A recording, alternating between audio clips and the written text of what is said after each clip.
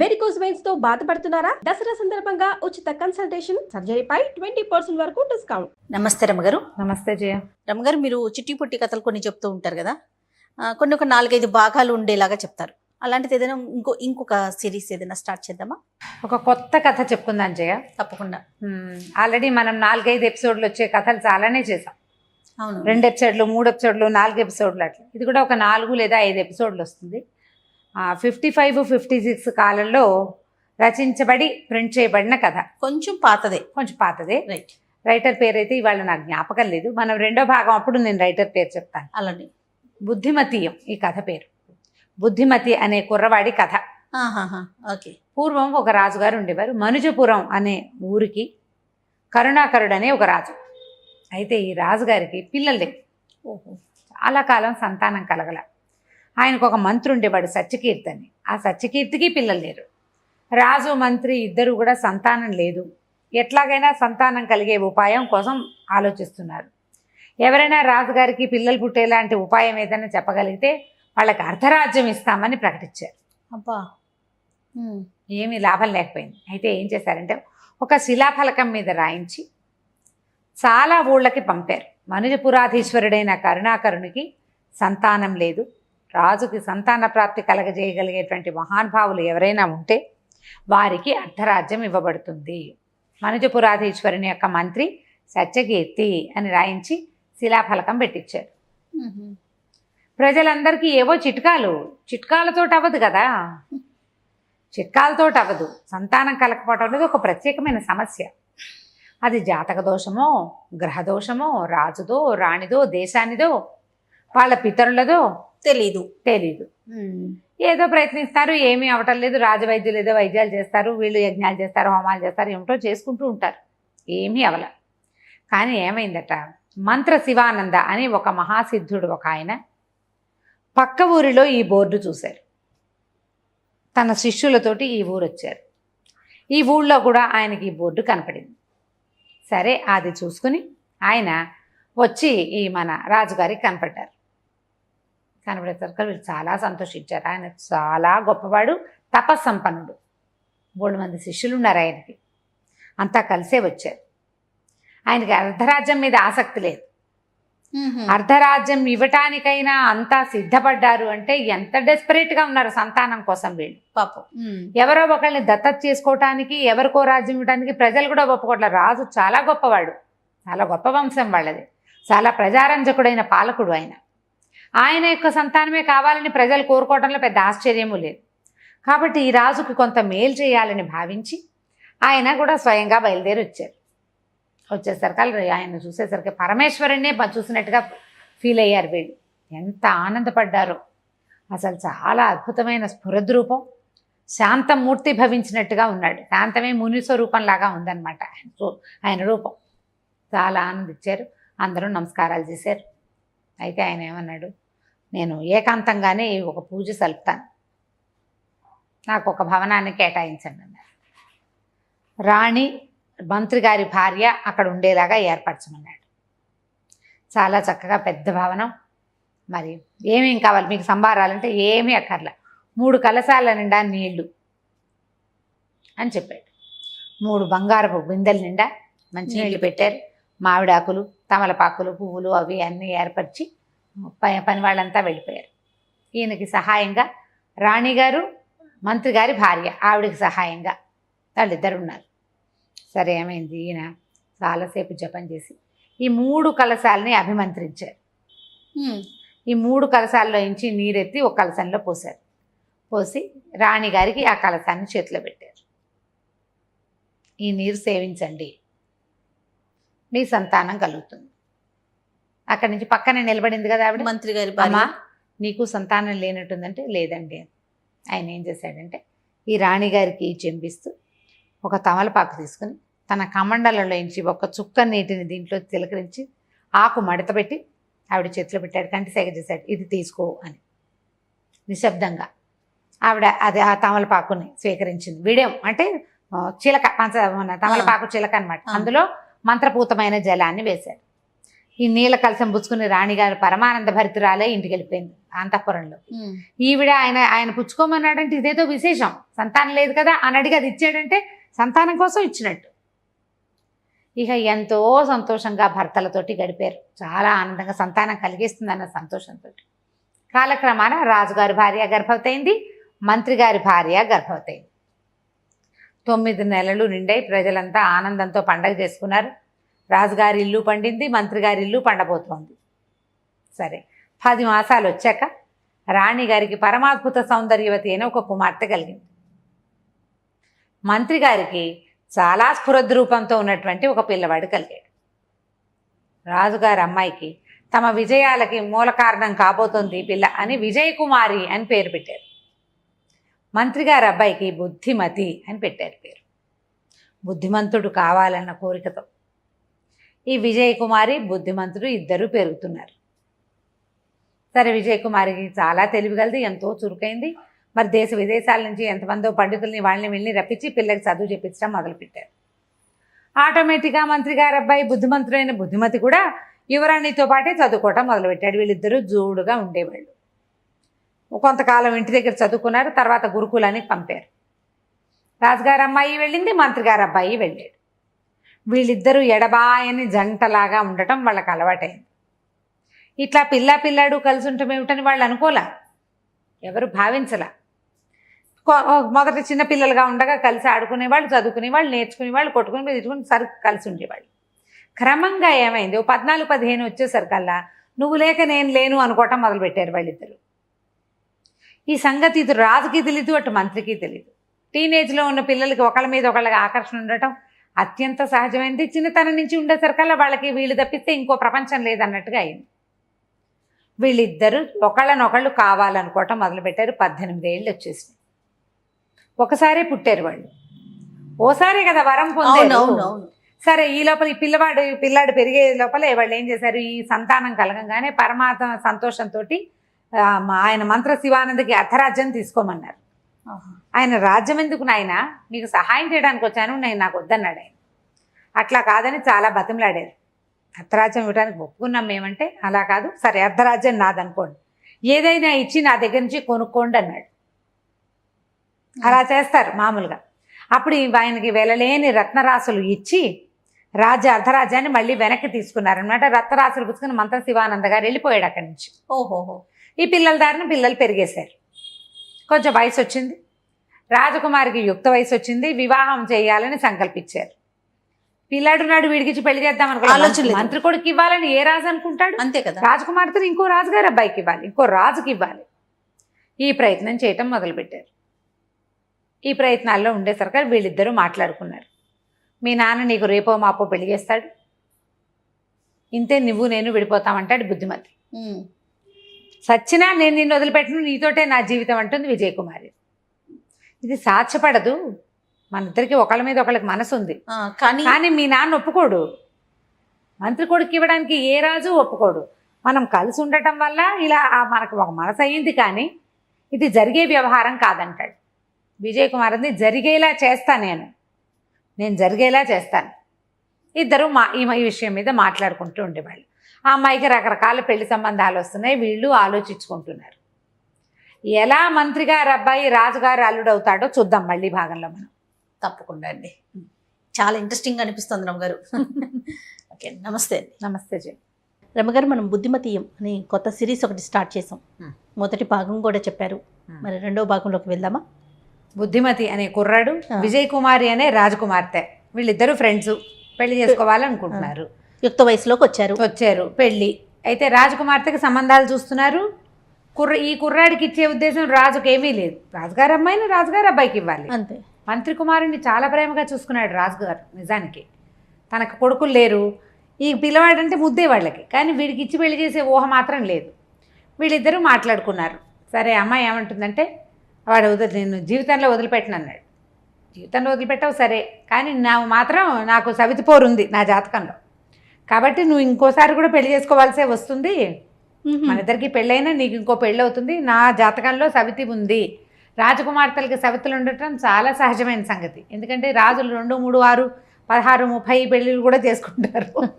ఎన్ని పెళ్ళిళ్ళైనా చేసుకోవచ్చు. అవును.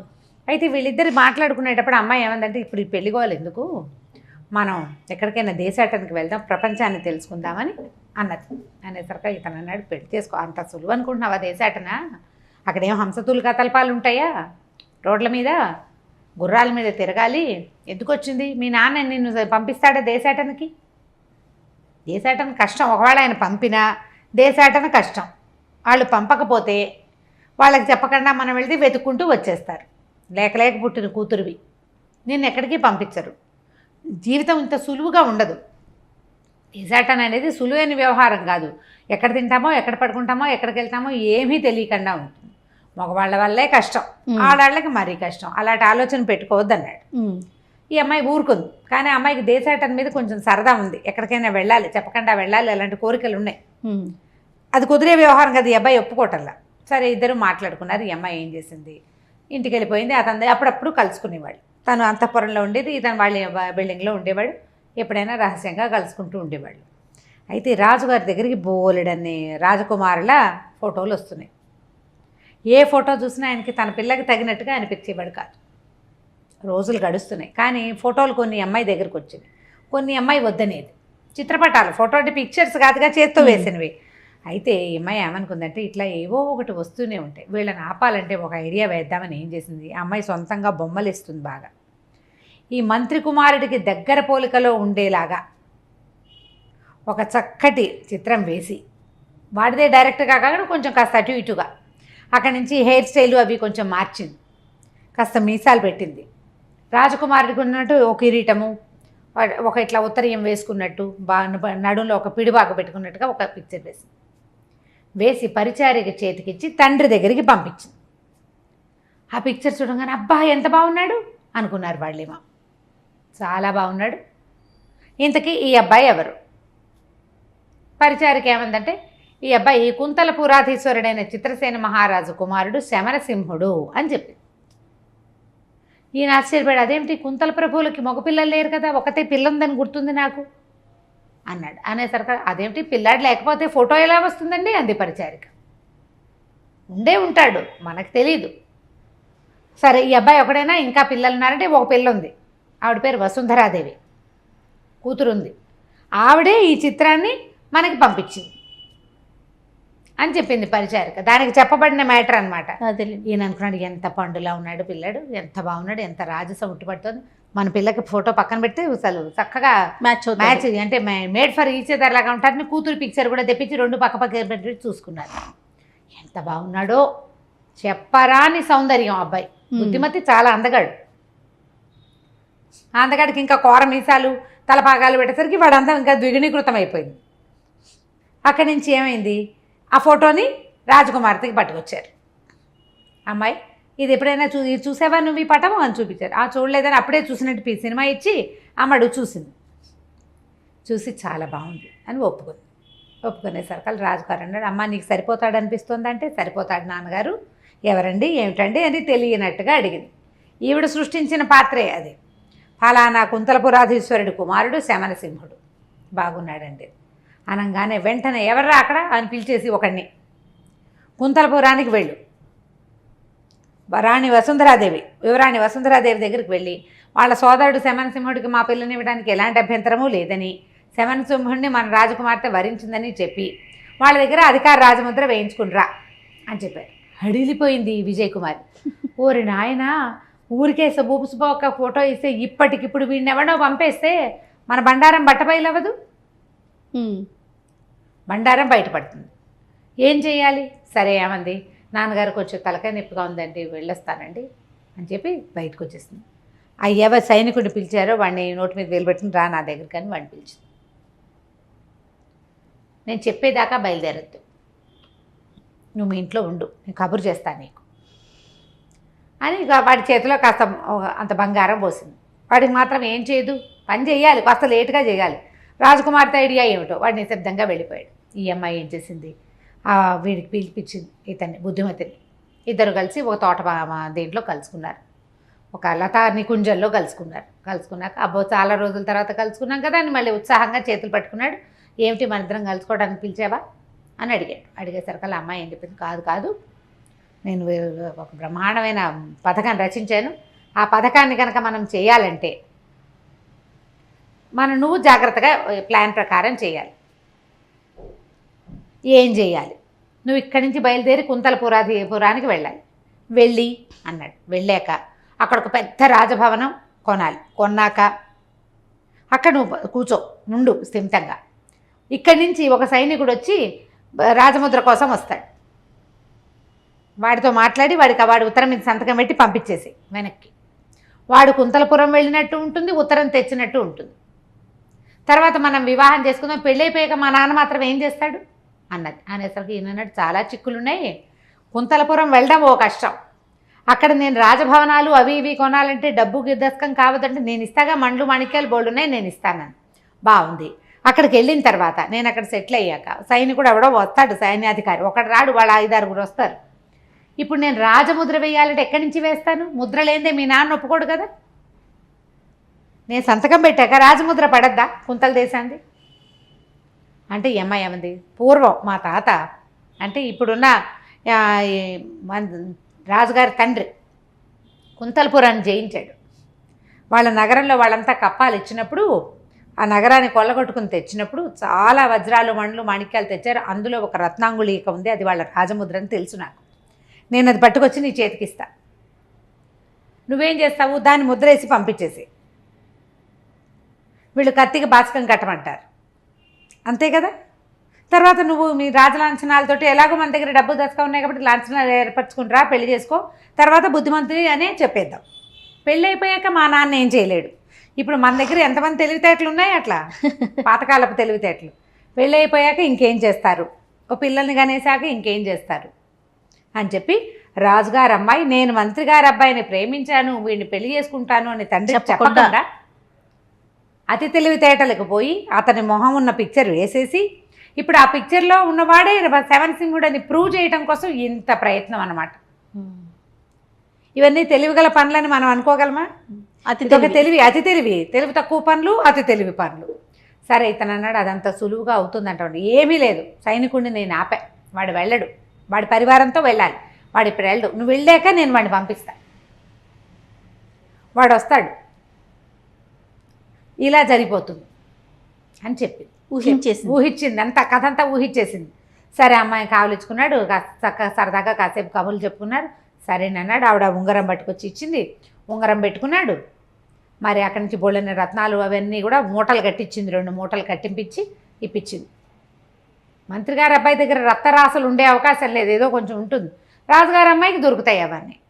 ఇవన్నీ పుచ్చుకున్నాడు, బయలుదేరాడు, ఇంటికి వెళ్ళిపోయాడు. సరే రాత్రి చక్కగా అమ్మా నాన్న చెప్పాడు దేశాటానికి వెళ్తాను అంటే ఆయన సంతోషించాడు. రేపొద్దున మంత్రి కావాలి తన కొడుకు, మంత్రి గారి అబ్బాయి మంత్రి అవుతాడు కదా, కొంచెం దేశాలన్నీ తిరిగి వస్తే వీడికి కూడా తెలివితేటలు పెరుగుతాయి. నిన్న దాకా చదువుకున్నాడు, కొంచెం సరదాగా వెళ్ళొస్తాడు, తర్వాత పెళ్లి పేరెంటం చేయొచ్చని ఒప్పుకున్నారు. పొద్దున్నే లేచాడు, చక్కగా పొద్దున్నే తినాల్సిన భోజనాలు అవి తినేసి సద్దన్నం తిని బయలుదేరేసాడు అనమాట. ఆ పుస్తకంలో శీతల అన్నము అని రాశారు, ఖచ్చితంగా సద్దన్నం తిన్నాడు అని రాశాక ఇవో 2 తినేశాక ఏం చేశాడు, ఒక 2 పని వాళ్ళని తోడు పెట్టుకుని గుర్రాలు వేసుకుని బయలుదేరి వెళ్ళారు. శమనసింహుడి దగ్గరికి పంపాము ఉత్తరం అని, అంటే మనం కబురు పంపాము అని రాజుగారి స్థిమితంగా ఉన్నాడు. ఆ పిల్లాడే మన పిల్లకి కాదగిన వరుడు అని. ఈ బయలుదేరిన అబ్బాయి సరే అలా వెళ్ళారు ఎక్కడికో దిగంతాల్లోకి. కుంతల దేశానికి వెళ్ళాలంటే అదేం పక్కన ఉందా, వెళ్ళొద్దు. సరే ఆ రాత్రికి ఎక్కడో ఆగారు, పడుకున్నారు. చక్క వంట చేసి తిన్నారు. చెరువు అది ఉంది, ఏమీ పల్లెలు గ్రామాలు ఏమీ లేవు ఆ దారిలో. పల్లెలు ఉంటే ఏ పల్లెలోకి పోయి ఓ ఇల్లు ఓ సత్రమో లేకపోతే దేవాలయమో, చిన్న దేవాలయాలు ఉంటాయి కదా, వాటికి అనుబంధంగా ఉండే చోట అయితే సేఫ్గా పడుకోవచ్చు. అడవుల్లో అంత సేఫ్టీ ఉండదు చూడు. అవును, భయంగానే ఉంటుంది. కానీ 2 పని వాళ్ళు ఉన్నారుగా, పడుకుంటే ఈ పగలల్లా ప్రయాణం చేసి ఈ అబ్బాయి చదువుకున్నాడు. కానీ ఈ రోజంతా ప్రయాణాలు చేయటం అవి అలవాటు ఉన్నవాడు ఏం కాదు. ఒక ఒళ్ళెరగానే బాగా నిద్రపోయాడు. తెల్లారిన తర్వాత ఏమైంది, తెల్లవారగానే ఏ చెట్టు కింద వీళ్ళు పడుకున్నారో ఆ చెట్టు పక్కన ఉన్న పెద్ద వటవృక్షం మీద బోలెడన్ని కోతులు ఉన్నాయి. అవి ఏం చేసినాయి, ఈ కుర్రాడు ఏం చేశాడంటే ముందు ఈ రత్నాల సంచులు ఉన్నాయి కదా, అవి 2 ఒకదాని పక్కన వేసి వాటి మీద తల పెట్టుకు పడుకుంటాడు. మనం ఇలాగే పడుకోం కదా, అటు ఇటు తిరుగుతాం. ఆ మూట కొద్దిగా వదిలేయి ఆ లోపల ఉన్న రత్నాలు కొన్ని కనపడుతున్నాయి. అవి ఏమిటోనని ఈ కోతులు ఏం చేసినాయి, వీటిని ఎత్తి కింద నుంచి ఆ 2 సంచులు లాక్కెళ్ళిపోయింది. అయ్యో రామా. ఈ పని వాళ్ళు నిద్రపోయారు. ఆయన పడుకున్నాడు, వీళ్ళు పడుకున్నారు. నిద్రలే చూసుకుంటే రత్నాలేవి సంచులు. ఇప్పుడు వీటితోటే కదా అక్కడికి వెళ్ళి అదేమిటో చెయ్యాలి, ప్రయోజకత్వం. బిల్డింగ్ కొనాలి కదా ఒకటి. తెల్లబోయారు, వెతికారు, అటు ఇటు 1 కిలోమీటర్ అన్ని పక్కలకి వెతికారు, ఏమీ కనపడలేదు. అవి ఎలా పోయాయో కూడా వాళ్ళకి తెలియదు. మనుషులు వచ్చిన ఆనవాళ్ళు అయితే లేవు. రాత్రి పడుకునేదాకా ఎవ్వరూ రాకపోతే అర్ధరాత్రి నట్టడవిలో ఏ దొంగలు వస్తారు? దొంగలు రారు. దొంగలు వస్తే వీళ్ళ ఒంటి మీద ఆభరణాలు కూడా పోవాలి. ఒంటి మీద ఉన్న ఒంటి మీదే ఉన్నాయి, సంచులు మాత్రం లేవు. వెతుక్కున్నారు. ఇప్పుడు ఏం చేయాలి, నెత్తి మీద చేతులు పెట్టి కూర్చున్నాడు. ఒక రోజంతా ప్రయాణం చేసి వచ్చేసాం. యువరాణేమో తన మీద బోల్డ్ ఆశలు పెట్టి కూర్చుంది. అక్కడికి వెళ్ళి అదేదో చెయ్యాలి. మళ్ళీ వెనక్కి వెళ్ళి ఒట్టి చేతులతో ఎలా వెళ్ళాలి? నెత్తి మీద చేతులు పెట్టుకుని కూర్చున్నాడు దిగులుగా. ఏం చేశాడో వచ్చే భాగంలో తెలుసుకుందాం మనం. తప్పకుండా అండి. రైట్ రమ్య గారు. నమస్తే జయం. రమ్య గారు, మనం బుద్ధిమతి సిరీస్లో ఉన్నాము. 2 భాగాలు అయిపోయినాయి, 3వ భాగంలో ఉన్నాము. మంత్రి గారు అబ్బాయి అడవిలో పడుకున్నాడు. ఈ నెత్తి కింద పెట్టుకున్న రత్నాల సంచుల్ని కోతులు ఎత్తుకుపోయినాయి. వెతికారు దొరకలేదు. సరే ఇంకేం చేస్తారు, వెనక్కి వెళ్ళటం ఇష్టం లేదు. కొంచెం సామాన్లు ఉన్నాయి. ఈ అబ్బాయి వెతుకుంటున్నాడు, దిగులు పడ్డాడు, వెంకబెట్టుకున్నాడు, ఆలోచించాడు. కొంచెం వీళ్ళు ఏం చేస్తారు, సామాన్లు అన్నీ తెచ్చుకున్నారు వంట చేసుకోవడానికి. ముందు రోజు రాత్రి కూడా వండుకుని తిన్నారు వాళ్ళు. సరే పని వాళ్ళు ఏదో కొద్దిగా వండారు, బయలుదేరారు. ముందుకే వెళ్దాం, చూద్దాం ఏం జరుగుతుందో. ఇక వెనక్కెళ్ళ బుద్ధి కాల అతనికి. ఏదైతే అదవుతుందో ఒక ప్రయత్నం చేద్దాం అనుకున్నాడు. ముందుకెళ్తున్న కొద్దిగా ఏమైంది, వానలోకి ప్రవేశించినట్టుగా అయింది. మబ్బులు బట్టి చిన్న వాన వాన వాన వాన క్రమంగా అట్లాగే ఏదైనా పల్లె కనపడుతుందేమో, ఎక్కడికైనా వెళ్ళి తలదాచుకోవచ్చు. అడవిలో తలదాచుకోవటం ఎట్లా కుదురుతుంది? అంతేగా. ఏ చెట్టు కింద ఉంటారు. పిడుగు పడితే చెట్ల మీద. అడవి ఆనలు వచ్చేటప్పుడు ఎప్పుడూ చెట్ల కింద దించకూడదు. అవును, పిడుగు పడే ప్రమాదం ఎక్కువగా ఉంటుంది, చెట్ల మీద పడతాయి అవి. దాంతో ఇంకా ముందుకు నడవగా ఏమైంది, పైనుంచి ఒక పెద్ద జలపాతం తోసుకొచ్చేస్తోంది. కనిపిస్తోంది వీళ్ళకి. ఈ సైనికులు 2 ఉన్నారు కదా, వాళ్ళు ఏం చేశారు, గుర్రాలను వదిలిపెట్టేశారు. చెక్మని దొరికిన 2 చెట్లని ఎక్కేశారు. వాళ్ళు ఇట్లా దగ్గరగా లేరు. వానకి ఒకడు ముందు వెనకగా నడుస్తున్నారు. పైనుంచి వస్తున్నటువంటి ఆ జలపాతాన్ని చూసేసరికల్లా జలపాతాన్ని కొట్టుకుపోతామేమోనని భయపడి వాళ్ళిద్దరూ చెరో చెట్టు ఎక్కేశారు. ఈ అబ్బాయి ఈ విజయ్ కుమారి గురించి ఆలోచిస్తున్నాడు. ఆమె వేసిన ప్లాన్ ఎట్లా వర్కౌట్ అవుతుందో తెలీదు. ఇవన్నీ పోయినాయి, ముందుకెళ్తే తెలివిగల పని అవునో కాదో తెలీదు. అట్లా ఆలోచించుకుంటూ ఆ మీదకు వస్తున్న ప్రమాదాన్ని చూసుకోక ఆ ప్రవాహంలో కొట్టుకుపోయాడు. ఇప్పుడు ఇంతకుముందు రత్నాలు పోయినాయి, కానీ పనివాళ్ళు ఉన్నారు, వంట సామాన్లు, తిండి ఉంది. ఇప్పుడు పనివాళ్ళు 2, సైనికులు 2 ఇక్కడే ఉండిపోయారు. సామాన్లు ఇక్కడే ఉండిపోయినాయి. అవి ఉండిపోయినాయో పోయినాయో తెలీదు. వాళ్ళిద్దరూ చెట్ల మీద ఉన్నారు, వీడు మాత్రం నీళ్ళలో కొట్టుకుపోయాడు. వీళ్ళిద్దరూ పైన నుంచున్న వాళ్ళు చూస్తూనే ఉన్నారు. చెట్ల మీద నుంచున్నారు, ఏం చేస్తారు? ఎవరి ప్రాణాన్ని వాడు రక్షించుకోవాలి కదా. ప్రాణాపన్న సమయంలో ఇక ఏమీ పట్టించుకోరు కదా, చూస్తున్నారు అంతే. అయ్యో అనుకున్నారు. ఇక ఏం చేయలేదు. ఒకళ్ళని చూసి ఒకళ్ళు కళ్ళనీళ్ళు పెట్టినారు. వెళ్ళి మంత్రి గారికి చెప్పద్దు, మీ అబ్బాయి నీటిలో కొట్టుకుపోయాడండి అని చెప్పాలి కదా. అలాగే కూర్చుండిపోయారు. ఈ కొట్టుపోయి ఎక్కడికో కొన్ని చెట్ల దగ్గరికి వెళ్ళేసరికి స్లో అయ్యింది. ఈ లోపల వాన తగ్గింది. ఆ ప్రవాహంతో కొట్టుకుపోయిన వీడు ఒక తోట దగ్గర, తోటలాగా ఉంది, అడవే కానీ కొంచెం ప్రత్యేకంగా పెంచబడినట్టుగా ఉంది, అక్కడ తీరానికి చేరి పడిపోయాడు. అతను కొంచెం ఈతొచ్చు కాబట్టి ఎంతో కొంత చచ్చేపోకుండా, బెదరకుండా, నీటికి అంత ఫోర్స్ వస్తే బెదిరిపోతారు. అవునవును. ఈత వచ్చిన వాడు కొంత యుద్ధ విద్యలు నేర్చుకుని ఉన్నవాడు కదా, దాంతో ఏదో దొంగ పట్టుకుని ఎట్లాగొట్లా ఓ పక్కకి చేరాడు. చేరాక లేచి ఆ నీళ్ళలో నుంచి బయటకు వస్తే బట్టలన్నీ తడిచిపోయినాయి, ఏం లేదు, ఏవో చెట్లు కనపడే, మామిడి చెట్లు అవి ఉన్నాయి. సరే ముందు అలసిపోయాడు నీళ్ల తాకిడికి. పోయి ఒక చెట్టు కింద పడుకున్నాడు. పడుకునేసరికి ఏమైంది, ఆ సమయానికి అది కొంచెం మధ్యాహ్నం అయ్యేసరికి ఆ ప్రాంతంలో ఒక రాక్షసి నివాసం ఉంటుంది, ఒక అమ్మాయి. అది వీడిని చూసింది. ఎంత బాగున్నాడో, చక్కగా ఉంటే ఇలాంటి వాడితోటి ఉండాలి, వీడిని పెళ్లి చేసుకుందాం అనుకుంది. ఏం చేసింది, పడికి నిద్ర మెలకు రాకుండా అలాగా ఎత్తి భుజాన్ని వేసుకుని అది ఉండే వైపుకి తీసుకుపోయింది. అడవిలో ఏంటంటే కొంచెం దట్టంగా చెట్లు ఉన్న చోట ఒక గుహ లాంటిది ఉంది దానికి, అది పడుకోవడానికి ఉండడానికి. తీసుకుపోయి అక్కడ మెత్త గడ్డితో చేసిన పక్క ఒకటి ఉంటే వీడిని ఎత్తి దాన్ని పడుకోబెట్టింది. వీడికి మెలకు వచ్చే లోపల కొద్దిగా ఆహారం తీసుకుని అందంగా అలంకరించుకుని వద్దామని దాని దారిని అది పోయింది. వీడు 1 గంట 2 గంటలకి మెలకు వచ్చింది. నీటి తాకిడికి పడి ఉన్నాడు కదా, సొమ్మసిల్లిపోయి ఉన్నాడు వీడు. అక్కడే ఉండుంటే ఆ ఎండకి ఎలా ఉండేదో, ఈ గుహలో చల్లటి ప్రదేశంలోకి వచ్చి పడుకునేసరికి 1 గంట గంటన్నరకి మెలకు వచ్చింది. చూస్తే ఇదేమిటి ఏమిటో విచిత్రంగా ఉంది. గుహ వాసన వేరేగా వస్తుంది, పచ్చిమాంసపు వాసన. అక్కడి నుంచి ఏదో దుర్గంధం.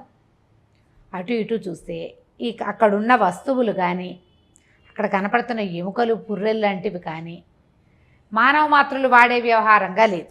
అర్థమైంది తనకి. వాడు తెలివిగలవాడు కదా, అతను తెలివైన వాడు అబ్బాయి. బాగా చూసుకున్నాడు అటు ఇటు. ఏం చేయటం, అసలు ఎవరు నన్ను ఇక్కడికి తెచ్చారు? నేను పడుకున్నది ఎక్కడా? చెట్టు కింద, ఖచ్చితంగా గుర్తుంది. నేను నిద్రలో నడిచి వచ్చేసేయటానికి వస్తే అడవిలోనే ఎక్కడో తిరగాలి. నేను పైకి వచ్చినప్పుడు చూస్తే అన్ని చెట్లే ఉన్నాయి, గుహ గిహ ఏమీ లేదు, అక్కడ కొండ రాతి ముక్క లేదు. ఇది వేరే ప్రాంతం, ఇక్కడేమి చెట్లుగా లేవు. సరే, అందులోంచి మెల్లిగా బయటకు వచ్చాడు. దూరం నుంచి వాడికి కనపడుతోంది సగం సగం బట్టలతోటి బ్రహ్మరాక్షసిలాగా ఉన్న బండగా ఉన్న ఒక ఆకారం నడిచొస్తోంది. ఆడదని తెలిసింది వాడికి. కొంపతీసి ఇది కానీ నన్ను తెచ్చిందా అని మనం వచ్చి అందులోంచి బయటకు వెళ్తే సరాసరి దాని ఎదురుకుండానే వెళ్తాడు. పారిపోవాలంటే దాని ఎదురుకు పారిపోవాలి, ఇంకో దారి ఏం లేదు అక్కడ. సరే, ఏదో చేద్దామని ఏం చేశాడు, లోపలికి వెళ్ళి పడుకున్నాడు. మళ్ళీ పడుకున్నాడు. దగ్గరికి రానివ్వాలి. ఒకవేళ తినేసేదనుకో అక్కడే విరుచుకు తినేది, ఇక్కడికి ఎందుకు తెస్తుంది? ఏదో వేరే ఆలోచన ఉంది. ఎలాగైనా చచ్చేదే, బయటికి వెళ్ళినా చచ్చిపోతాం, దానికి దొరికేస్తాను. అదేదో లోపలే ఉండి చూద్దాం అనుకున్నాడు. పడుకునే ఉన్నాడు. అది లోపలికి వచ్చింది. వచ్చాక దగ్గరకు వచ్చి ఇట్లా మొహంలో మొహం పెట్టి ఇలా కలిపిందనమాట. అది ఏం చేసింది, గుమ్మం దాకా వచ్చాక ఈ రాక్షసు వేషంలో ఉంది కదా, పైన ఒక చిన్న వస్త్రం కట్టుకుని, మొలకొక గడ్డి మోపులు లాంటితోటి కట్టుకుని, చేతిలో ఒక పుర్రె, ఒక జంతువు తాలూకు అవశేషం, ఒక గద పట్టుకుని నడిచి వచ్చింది. అక్కడి నుంచి గుమ్మంలోకి రాగానే అవతారం మార్చేసుకుంది. చక్కగా అందమైన అమ్మాయిలాగా తయారైంది. వేషం మార్చుకోగలదన్నమాట. లోపలికి వచ్చింది. ఇక్కడ ఇంకో మనిషి మాత్రుడు లేడా? అంత దూరాన ఒక రాకాసి కనపడింది, ఆడది. దగ్గరికి వచ్చేసరికల్లా ఒక అందమైన ఆడపిల్ల వచ్చింది, అదే మార్చుకుందనమాట. పైగా ఇంత నట్టడివి ఎక్కడో ఉంది, భూప్రపంచానికి ఒక మూల ఉన్నట్టుంది. ఇందులో అందంగా అలంకరించుకుని పువ్వులు పెట్టుకుని మెడలో అవి ఇవి వేసుకుని అందగత్తలు ఎట్లా వస్తారు? వీడు తను విన్న రకరకాల కథలన్నీ గుర్తు చేసుకుని, ఓహో ఆ రాకాసే ఈ వేషం వేసింది అనుకున్నాడు. సరే, వచ్చి ఇట్లా మొహంలో మొహం పెట్టి చూసి, చక్కగా తాంబూలపు వాసన వస్తోంది, పువ్వుల వాసన. అప్పుడే వెలుకు వచ్చినట్టు చూసి, ఎవరు నువ్వు అన్నాడు. అనేసరికి లేచావా అంది. లేచాను, కానీ నువ్వెవరు, ఇంత అడవిలో ఎలా ఉన్నావు నువ్వు అన్నాడు. అయితే ఆవిడ ఏం చెప్పింది, మరి నా పేరు సుశీల, నేను ఇక్కడే ఉంటానంది. నట్టడవిలో ఎలా ఉంటావు, మనిషివి కాదు నువ్వు అన్నాడు. అనగానే తెలిసింది వీడికి, అర్థమైందని. మనిషిని కాదు, ఇక్కడ కాలాంతకుడని ఒక రాక్షసుడు ఉన్నాడు, మా నాన్న, నేను ఆయన కూతుర్ని, నా పేరు సుశీల. మరి నేను నిన్ను వలిచాను, నువ్వు నాకు నచ్చావు, అందుకని నేను నిన్ను ఇక్కడికి తీసుకొచ్చాను అనేసరికి తెల్లబోయాడు. రాక్షసులకి మనుషులకి పెళ్ళేమిటి, నువ్వు నన్ను వలచటం ఏమిటి? నీ ఒరిజినల్ సహజమైన స్వరూపాన్ని చూపించాక నీకు నాకు సరిపోతుందో లేదో ఏదైనా అర్థం ఉంటే చూసుకో, తెలుస్తుంది నీకు అన్నాడు. అనేసరికల్లా అలా ఏముండదు, నేను మనుషులు కావాలనుకుంటే మనుషులాగా మారిపోతా, నా రూపం నాకు ఉంటుంది. మరి నువ్వేం తింటావు, నాలాగా అన్నం పప్పు తింటావా అన్నాడు. కాదు, నాకు కావాల్సిందే తింటాను, నా తిండి నాది, నీతో ఉన్నప్పుడు నీతో ఉన్నట్టు ఉంటాను అనేసరికల్లా అవన్నీ కుదరవు, నాకు వేరే పని ఉంది అన్నాడు. అనేసరికల్లా నీవు ఏదైనా చేయగలవా, నీకేమైనా తెలుసా, ఇలాంటి మాటలు వచ్చినాయన్నమాట. వచ్చేసరికల్లా ఆ అమ్మాయి ఏమంది, నాకెందుకు తెలీదు, నాకు సమస్తము తెలుసు, నీ విజయకుమారి గురించి కూడా తెలుసాను, కానీ వీడు తెల్లబోయాడు. అంటే నీకు ఎలా తెలిసింది అని. ఆ అమ్మాయి ఏమందంటే, నాకు ఏదైనా తెలుసుకునే విద్య ఉంది. మరి విద్య ఉన్నదాన్ని నువ్వు అడవిలో ఎందుకున్నావు, మీ వాళ్ళు ఎవరు లేరేమిటన్నాడు. నాకు ఇలా బోల్డు విద్యలు వచ్చు కాబట్టి ఊళ్ళో ఉంటే నాలాంటి దాంతో కష్టమని మా నాన్న నన్ను అడవిలో ఉండమన్నాడు. అడవి దాటి ఊళ్ళోకి వెళ్ళకూడదు, నేను ఇక్కడికి వచ్చిన వాటితో ఆహారంగా తీసుకుంటా, నువ్వు నాకు నచ్చావు, నన్ను పెళ్లి చేసుకో అనేసరికి ఇతను అన్నాడు, నీకు అంత శక్తి ఉంటే నన్ను మరి అక్కడికి పంపిస్తావా అన్నాడు. కుంతలపురం ఉంది కదా, అక్కడికి వెళ్ళాలి కదా, అక్కడికి వెళ్ళాలి నేను కుంతలపురానికి, నన్ను కుంతలపురం చేర్చమన్నాడు. అనేసరికల్లా మరి రత్నాలో అవద్దా అనేసరికల్లా నీకు అది కూడా తెలుసు అన్నాడు. నాకు సమస్తమో తెలుసు, అన్నీ తెలుసు నాకు, నన్ను పెళ్లి చేసుకో, నాతో ఉండు అనేసరికల్లా వీడు నిర్ఘాంతపోయాడు. నీకు అది తెలిసినప్పుడు నన్ను అక్కడ చేర్చొచ్చు కదా నువ్వు అన్నాడు. అప్పుడు చెప్పిందనమాట, నాకేం తెలుసు నువ్వు ఒప్పుకుంటావో ఒప్పుకోవో అని ఇదంతా కథ అంతా చెప్పేసేసాడనమాట. అని చెప్పాను, నువ్వు ఆ చెట్టు కింద పడుకున్నావు కదా, నువ్వు కలవరిస్తున్నావు, విజయ్ కుమార్ అంటావు, కుంతలపురం అంటావు, రత్నాలు అంటావు. ఈ 3 వాక్యాలు నాకు తెలుసు. దానివల్ల నేను కథ ఊహించాను. నువ్వు విజయ్ కుమార్ని గెలవడానికి కుంతలపురం బయలుదేరావు, రత్నాలు పట్టుకున్నావు, ఆ రత్నాలు పోయినాయి, అది నీ దిగులు. నీకు రత్నాలు వద్దు, కుంతలపురం వద్దు, విజయ్ కుమార్ వద్దు, నేనుంటే చాలు, నాతో ఉండు అనేసరికి ఒప్పుకోలే అతను. నీకు అవన్నీ తెలిసినా తెలియపోయినా నేను నీతో ఉండే ప్రసక్తి లేదు, నేను పెళ్లి చేసుకోను, నేను విజయ్ కుమార్నే పెళ్లి చేసుకుంటా, కుంతలపురమే వెళ్తా, రత్నాలు ఉండా లేకపోయినా వెళ్ళిపోతా అనేసరికల్లా అమ్మాయి ఒప్పుకోలే. 2 పీకింది చెంపకాయలు, చెప్పిన మాట వినమని. వాడు నేను చచ్చినా విన్నన్నాడు. అక్కడి నుంచి తినేస్తాను నిన్న, నువ్వు తినేసినా సరేనన్నాడు. అయితే వీడు పడుకున్నాడు, కానీ వీడికి ఓరలో ఓ చిన్న పిడికత్తి అవి ఉన్నాయి. ఆ కత్తి పుచ్చుకుని అమ్మాయి మీద కలబడిపోయాడు. కలబడిపోయేసరికి అది ఏం చేసింది, అప్పటిదాకా అందంగా సౌందర్యవంతమైన రూపంతో ఉంది కదా, ఒకేసారి తన ఒరిజినల్ రూపం చూపించింది. అది దూరం నుంచి చూశాడు అతను నడిచొస్తుంటే. దగ్గరగా ఉన్నట్టుండి అందంగా ఉన్న మొహం ఇంత అయిపోయి దాని కూరలు పళ్ళు బయటకు వచ్చి మెళ్ళో కపాలాలు, చెవులకు చిన్న చిన్న కుండలాగా చిన్న కపాలాలు వేసుకుంది, పుర్రెలు ఎముకలు గందరగోళం. ఇంత భారీ మనిషి అంటే అది రాక్షసి. ఒకసారి హడిలిపోయాడు, కత్తి వదిలేసాడు. ఒకేసారి రూపం మారేసరికి ఉలికిపడ్డాడు, భయపడ్డాడు. పాడేసరికల్లా అది కాస్త వీనికి చిత కొట్టేసింది. కేకలు పెట్టాడు, రక్షించండి రక్షించండి అని. తప్పించుకోవడానికి ప్రయత్నం చేస్తున్నాడు, పారిపోవడానికి. ఈ లోపల ఏమైంది, అక్కడికి ఒక మునీశ్వరుడు వచ్చాడు. వచ్చి ఏం చేశాడు, రావటం ఆయన దగ్గర ఒక కమండలం ఉంది, కాస్త నీళ్లు తీసి ఆ రాక్షసు మీద చల్లాడు. చల్లంగానే అది ఒక చిన్న చిట్టెలుకలాగా అయిపోయి పరిగెత్తేసరికల్లా వీడు అమ్మయ్య అనుకున్నాడు. ఆయన ఏం చేశాడు, అబ్బాయిని చేతితో పుచ్చుకొని బయటికి తీసుకొచ్చాడు. ఎవరు బాబు మీరు, నన్ను రక్షించడానికి వచ్చారంటే నేను ఈ దారిలో వెళ్తున్నాను, నీ కేకలు వినబడి వచ్చాను. అది వీడికి ఏం డౌట్ వచ్చింది, ఒక అనుమానం వచ్చేసింది. ఇప్పుడు అది నాజూగ్గా లతాంగిలాగా ఉన్నది ఒకసారి వికృతాంగిగా తయారైంది. ఈయన ఒక చెంబులోంచి 2 చుక్కలు నీళ్ళు తల్లి దాన్ని ఎలుకం చేశాడు. వీడికి కూడా ఏ శక్తులైనా ఉండి వీడు ఇంకో రూపం వహిస్తే నేనేం చేయాలి ఇక్కడ? కంగారు పడ్డాడు, భయపడిపోయాడు. బాబు మీరు కూడా అవతారం మార్చుకుంటే నేనేం చేస్తానండి అంటే, ఏమీ మార్చుకోకండి నాయన, నేను అనంత శక్తులు కలిగినటువంటి ఒక ఋషిని, నేను ఈ దారిన పోతూ ఎవరో మానవార్పకుడు అరుస్తున్నాడని వచ్చాను. ఈ ప్రాంతంలో ఈ రాక్షసు ఉందని, అది జంతువులు విరుచుకు తింటుంది నాకు తెలుసు, మనుషుల జోలికి అది ఎప్పుడూ రాలేదు, నా దారిని నేను వెళ్తాను, నన్ను అదేం చేయలేదు, నాకు శక్తియుక్తులు ఉన్నాయి కాబట్టి అందుకే వచ్చాను అన్నాడు. అని ఏ ఊరు ఏమిటంటే వీడు కొంచెం స్థిమితపడ్డాడు. ఆయన కొంచెం నీళ్ళ దగ్గరికి తీసుకెళ్ళాడు. సరే నీళ్ళు తాగాడు, కూర్చొని మెల్లిగా చెప్పాడు, మనుజపురం నుంచి వస్తున్నానండి అంటే, మనుజపురం నాది, నేను అక్కడి నుంచి కుంతలపురానికి బయలుదేరాను, మధ్యదారిలో ఇట్లా కోతులు నా నగలు తీసుకుపోయినాయి, నా రత్నాలన్నీ పట్టుకుపోయినాయి, నా సేవకులు 2 అక్కడ ఉండిపోయారు, నీటి ప్రవాహంలో నేను కొట్టుపోయి ఇక్కడికి వచ్చాను, ఓ చెట్టు కింద పడుకుంటే ఈ రాకాసి నన్ను తీసుకొచ్చి పెళ్లి చేసుకోమంటోంది, అందుకని ఇలా అయిందని చెప్పాడు. చెప్పేసరికి మనుజపురం అనేది అక్కడ రాజు నీకు బంధువా అని అడిగేసరికి కాదు, ఆయన రాజు, నేను మంత్రి కుమారుణ్ణి, నేను బ్రాహ్మణుణ్ణి, రాజకుటుంబం కాదు నాది అనేసరికల్లా అని ఆయన మీకు తెలుసా అన్నాడు. అంటే ఈయన అడిగాడు, ఆయనకి సంతానం కలిగిందా అని అడిగాడు. కలిగిందండి, ఒక అమ్మాయి ఉంది, విజయ్ కుమార్ అని చెప్పాడు. చెప్పేసరికల్లా ఆయన సంతోషించాడనమాట. సంతోషించి ఆ అమ్మాయి పుట్టడానికి కారణం నేనే, ఆయనకి సంతానం లేనప్పుడు నేనే ఆయనకు పూజ చేసి నీది ఇచ్చాను అనగానే వీడు సంతోషించేశాడు. బాగా ఆనందం వచ్చేసింది వీడికి. అయ్యా తమరేనా అని వంగి కాళ్ళకి దండం పెట్టాడు. నువ్వెవరు నాయన అంటే, మీరు తమలపాకుల్లో నీటి జల్లిచ్చారు, మా అమ్మ తీసుకుంది, ఆవిడకి నేను సంతానంగా కలిగాను, నేను మంత్రి కుమారుని, నా పేరు బుద్ధిమతి అని చెప్పాడు.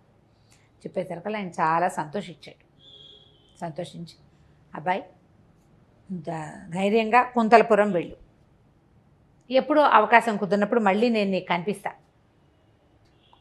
అక్కడికి కూడా నేను వస్తాను, మనుజపురానికి కూడా తర్వాత కాలంలో ఎప్పుడో మళ్ళీ వస్తానన్నాను, రాజుగారు ఇచ్చిన ధనరాశులు అవన్నీ ఖర్చు అయిపోయినాయి, కానీ నా దగ్గర ఇంకా కొంత ఉందని చెప్పి ఏం చేశాడు ఈయన, 2 మూటల రత్నాలని అతను ఏవి పోగొట్టుకున్నాడో వాటిని ఈ కుర్రాడి చేతిలో పెట్టాడు.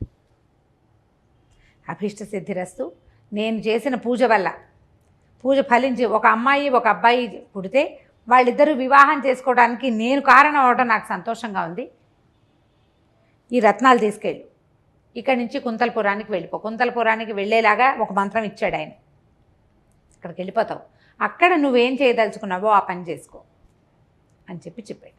చెప్పి ఆ 2 సంచులు వాడికి ఏది పోగొట్టుకున్నాడు సేమ్ అవే సంచులు.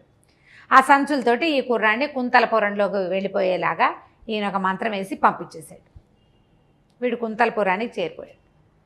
ఇంతలో ఏమైంది, ఈ భటులు ఇద్దరు ఎవరైతే సైనికులు ఇతనితో వచ్చారు, పని వాళ్ళు వచ్చారు కదా, వాళ్ళిద్దరూ వానాబంగుడు అన్నీ తగ్గిపోయాక మళ్ళీ చచ్చి చెడి 4 రోజులు, అంతకుముందు గుర్రాలు వేసుకొచ్చారు, గుర్రాలు లేవుగా, నడుచుకుంటూ 4 రోజులకి మనుజపురాన్ని చేరారు. చేరి మంత్రి గారి దగ్గరికి వెళ్ళి, అయ్యా ఇలా ఇలా జరిగిందండి, దారిలో ఇలా అయింది, పిల్లవాడు నీళ్ళలో కొట్టుపోయాడు కుర్రాడు, మేము చేయలేకపోయాము, మేమిద్దరం చేరో చెట్టు మీద ఉండిపోయామని ఏడ్చుకుంటూ చెప్పారు. మంత్రి విపరీతంగా దుఃఖించాడు, ఏం చెయ్యాలో తెలియలే, బాగా ఏడుస్తున్నాడు. కానీ ఒక పూట గడిచేసరికి ఆయనకి మంత్ర ప్రభావం వల్ల జన్మించిన కుమారుడు నీకు వంశాభివృద్ధి అవుతుందని ఆయన దీవించాడు.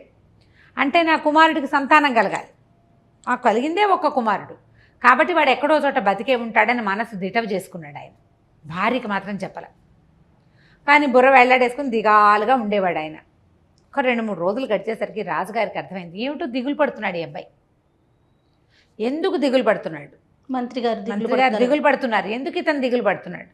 మంత్రిని అడిగాడు, ఏమిటో నువ్వు బాధపడుతున్నట్టున్నావు, అన్నం సరిగ్గా తింటున్నట్టు కనిపిస్తుంది, మొహం పాడైపోయింది, దిగాలుగా ఉన్నావు, ఇదివరకట్లాగా యాక్టివ్గా లేవు, ఏమిటి అని అడిగేసరికి ఆయన కొంచెం దుఃఖపడుతూ, అయ్యా ఇలా ఇలా జరిగిందండి, పిల్లాడు ఎక్కడికి వెళ్ళిపోయాడో తెలియలేదు అనేసరికి రాజుగారు ఇంకా దుఃఖానికి లోనైపోయాడు. మరి వీళ్ళకి కలిగినవి ఆ వాళ్ళకో పిల్ల వీళ్ళకో పిల్లాడు, మగ పిల్లాడు సరదా ఆయనకి ఈ పిల్లాడితోటి తీరుతోంది. అందుకే కదా రాజుగారు అమ్మాయిని ఎక్కడ చదువుకు పెట్టారు, అబ్బాయిని కూడా అక్కడే పెట్టారు. ఆయన దిగులు పడ్డాడు. అసలు మంత్రి గారికి ఎంత ఆశ్చర్యం, నాకంటే రాజుగారు ఎక్కువ ఏడుస్తున్నాడు అనిపించింది. ఏం చేశాడు, కొంతమంది సైన్యాధిపతిని పిలిచి సైనికులను పిలిపించి మంత్రి గారి అబ్బాయిని వెతుక్కురండి పంపించారు. ఎక్కడున్నా సరే మంత్రి గారి అబ్బాయి భూప్రపంచంలో ఏ పక్కన ఉన్నా సరే పట్టుకురావాల్సిందేనని ఒక సేనని పంపించాడు. వాళ్ళు వెతుకుతూ బయలుదేరారు.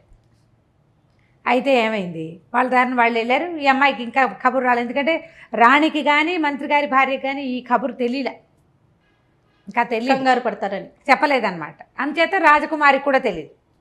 వీళ్ళు ఏదో పెళ్లి సంబంధానికి చెప్పాం కదా అని వీళ్ళు స్థిమితంగా ఉన్నారు. అంటే ఇప్పుడు శమనసింహుడి దగ్గర ఇక్కడ పంపించారు. అవునవును. ఇంతలో ఏమైంది, ఈ రాజకుమారుడు ఈ మంత్రి గారి అబ్బాయి ఎక్కడికి వెళ్ళాడు, ఒక సత్రంలో పడుకున్నాడు. ఆ సత్రంలో ఏదో డబ్బులు కట్టాడు, ఈ సంచులు ఆ గదిలో పక్కన బారేసుకుని హాయిగా పడుకున్నాడు. పడుకుంటే ఒక సాయంకాలం అయ్యేసరికి సైనికులు వచ్చేసారు. సైనికులు వచ్చి ఈ మొత్తం గదులన్నీ సోదా చేస్తూ మన మంత్రి గారి అబ్బాయి పడుకున్నటువంటి గదిని కూడా సోదా చేసి రత్నాలతో సహా దొంగ దొరికాడు అని ప్రకటన చేసి ఈ కుర్రాన్ని ఎత్తుపోయారు. కుంతల దేశంలో దొంగలు పడ్డారు, రత్నాలు పోయినాయి. ఓకే. ఆ పోయిన రత్నాలు ఒక సత్రం గదిలో దొరికినాయి. దాంతోపాటు ఆ దొంగ కూడా పక్కనే పడుకుని నిద్రపోతున్నాడు. వాడిని పట్టుకుని వెళ్ళిపోయారు.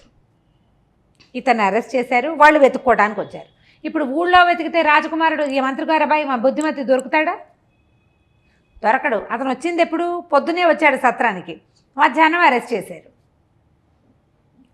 ఆ ఊళ్ళో అబ్బాయి అటు ఇటు తిరిగితే ఈ పోలికల్లో ఉన్న కుర్రాడు తిరిగాడని చెప్పుకుంటారు. ఏ ఊళ్ళో ఎక్కడికి తిరగలా, వచ్చాడు, నిద్రపోతున్నాడు. సత్రంలోకి ఎంటర్ అయ్యాడు అంతే. అక్కడ అతన్ని ఎవ్వరూ చూడలే. ఆ సోదాల్లో భాగంగా ఇతను కాస్త వాళ్ళకి దొరికాడు, వాళ్ళు కాస్త ఎత్తుపోయారు. తర్వాత ఏం జరిగిందో వచ్చే కథలో తెలుసుకుందాం. చాలా బాగుంది రమ్మగారు. నమస్తే అండి. నమస్తే జీ. రమ్మగారు, మనం బుద్ధిమతీయం ఇది కూడా సిరీస్ చెప్పుకుంటున్నాం, 4వ భాగంలో ఉన్నాము. బుద్ధిమతి కోతుల దగ్గర నుంచి ఋషి గారు స్వాధీనం చేయించిన వజ్రాలను పుచ్చుకుని ఇక్కడికి వచ్చాడు. ఇతన్ని పోలీసులు అరెస్ట్ చేశారని దొంగ అనేసి. అయితే ఉలిక్కిపడి లేచాడు. ఏమిటి నాకు ఇలాంటి కళ వచ్చింది అనుకున్నాడు. అతనికి తనని అరెస్ట్ చేసినట్టు కళ వచ్చింది. ఓహో, అది కళ. ఉలిక్కిపడి లేచాడు. చూసుకున్నాడు, నేను తెచ్చిన నగలు ఏవి వస్తువులు అని ఓ పక్కన పడేసి ఉన్నాయి వజ్రాలు. అవి బయట నుంచి మాటలు వినపడుతున్నాయి. వజ్రాల దొంగ దొరికాడని ఏమిటో మాట్లాడుతున్నారు. అమ్మో, మన వజ్రాలు, మన రత్నాలు ఎక్కువ, వజ్రాలు తక్కువ ఉన్నాయి అందులో. రత్నం వేరు, వజ్రం వేరు కదా. గబగబా వస్తువులు చూసుకుని ఒక పక్కకు పెట్టుకున్నాడు. చక్మని లేచి బయటికి వెళ్ళాడు. బయటంతా కోలాహలంగా ఉంది, మాట్లాడుకుంటున్నారు. చాలామంది వ్యాపారస్తులు, వాళ్ళు ఎక్కడెక్కడి నుంచో వచ్చి ఇక్కడ దిగిన వాళ్ళు, పై ఊళ్ళ నుంచి ఇక్కడ పనుల మీద వచ్చిన వాళ్ళు, అంటే రాజాధికారులతో పనులున్న వాళ్ళు, వాళ్ళతోటి ఈ సత్రం అధికారి చెప్తున్నాడు. వాడెవడో రత్నాల దొంగ, వాడిని పట్టుకున్నామంటున్నారు, వాడు అంతలోనే పారిపోయాట, రత్నాలు దొరికేందుకు ఇదైంది అని మాట్లాడేసరికి అడిగాడు ఏమిటి ఏం జరిగింది అని. ఆ అంతఃపురంలో రత్నాలు తర్వాత నగలు పోయినాయి నగలు. ఈ పట్టుకుపోయిన వాడు దొంగ వాడి కోసం వెతుకులాడుతున్నారు. దాంతో ఇతనికి భయం వేసింది, మన దగ్గర కూడా రత్నాలు ఉన్నాయి, ఏమవుతుందో అని ఏమనుకున్నాడు, నా దగ్గర రత్నాలు ఉన్నాయని చెప్పకూడదు వీళ్ళకి. సరేననుకున్నాడు. ఏం చేశాడంటే ఇక రోజు కాస్త తయారయ్యి పొద్దున్నే మార్కెట్లోకి వెళ్ళటం మొదలుపెట్టాడు. రత్నాలు కొంటాము అనే బోర్డు కనపడాలి, రత్నాలు అమ్ముతాము బోర్డులే కనపడుతున్నాయి అన్నీ. అమ్మే బోర్డు కొనే బోర్డు కనపడాలి కదా. ఏ కొట్టుకైనా వెళ్ళి నా దగ్గర రత్నాలు ఉన్నాయి కొంటారంటే దొంగ అంటారేమో, అంతేగా. అక్కడ రత్నాలు పోయినాయి. ఒక 4 రోజులు తిరిగాడు. 2-3 రోజుల తర్వాత ఏమనుకున్నాడు, ఇంక ఇక్కడ ఉండకూడదు అని ఈ సంచులతోటి వేరే చోటకి మారాడు, ఇంకో సత్రానికి మారాడు. మారి ఒక 5-6 రోజులు తిరిగిన తర్వాత 6వ రోజున ఇతనికి ఒక బోర్డు కనపడింది, ఇచ్చట రత్నములు అవి కొనబడును అని. అమ్మయ్య మనకు కావాల్సింది ఇదేనని అందులోకి ప్రవేశించాడు. ప్రవేశిస్తే లోపల ఒక ఆయన కూర్చుని ఉన్నాడు. ఆయన మంచి ఎత్తు స్ఫురద్రూపి పెద్ద భారీ పర్సనాలిటీ, మీసాలు గీసాలు చూస్తే ఒక యుద్ధవీరుడిలాగా ఉన్నాడు, కానీ వ్యాపారస్తుడు. ఆయనకి ఏమండి రత్నాలు కొంటారా అన్నాడు. అదేగా బోర్డు పెట్టాం, ఏమున్నాయి మీ దగ్గర అన్నాడు ఆయన. రత్నాలు ఉన్నాయండి, మరి వజ్రాలు కూడా కొన్ని ఉన్నాయండి అన్నాడు. ఎన్ని ఉన్నాయి రత్నాలు అన్నాడు. ఒక 6 మానికలు రత్నాలు ఉన్నాయండి, ఒక మానిక వజ్రాలు ఉన్నాయి అన్నాడు. ఎక్కడివి మీకు అని అడిగాడు ఆయన. యాక్చువల్గా మా నాన్న వాళ్ళు అమాత్యులుగా పనిచేశారండి, మాకు రాజస్థానంలో లభించినవే, మరి ఇప్పుడు అవసరం పడి అమ్ముతున్నాను అన్నాడు. అసలు మీ ఊరు అని అడిగాడు ఆయన. మనుజపురం చెప్పాడు.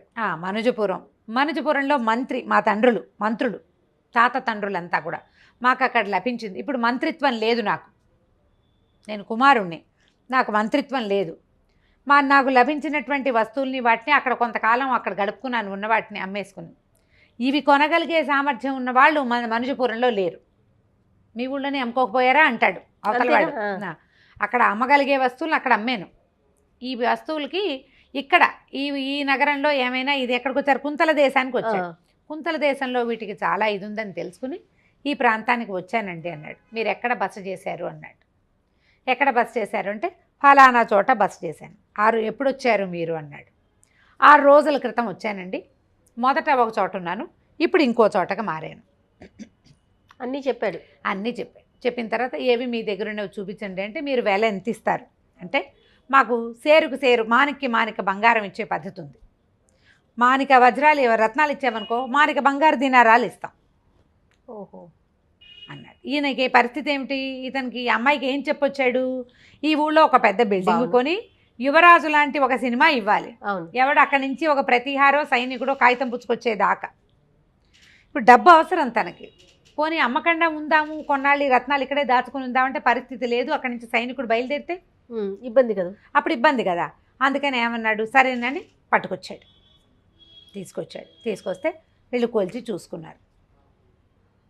6 మానికలు రత్నాలున్నాయి, ఒక మానిక వజ్రాలు. 7 గంట అయింది, 2 గంటలైంది, డబ్బులు తయారు.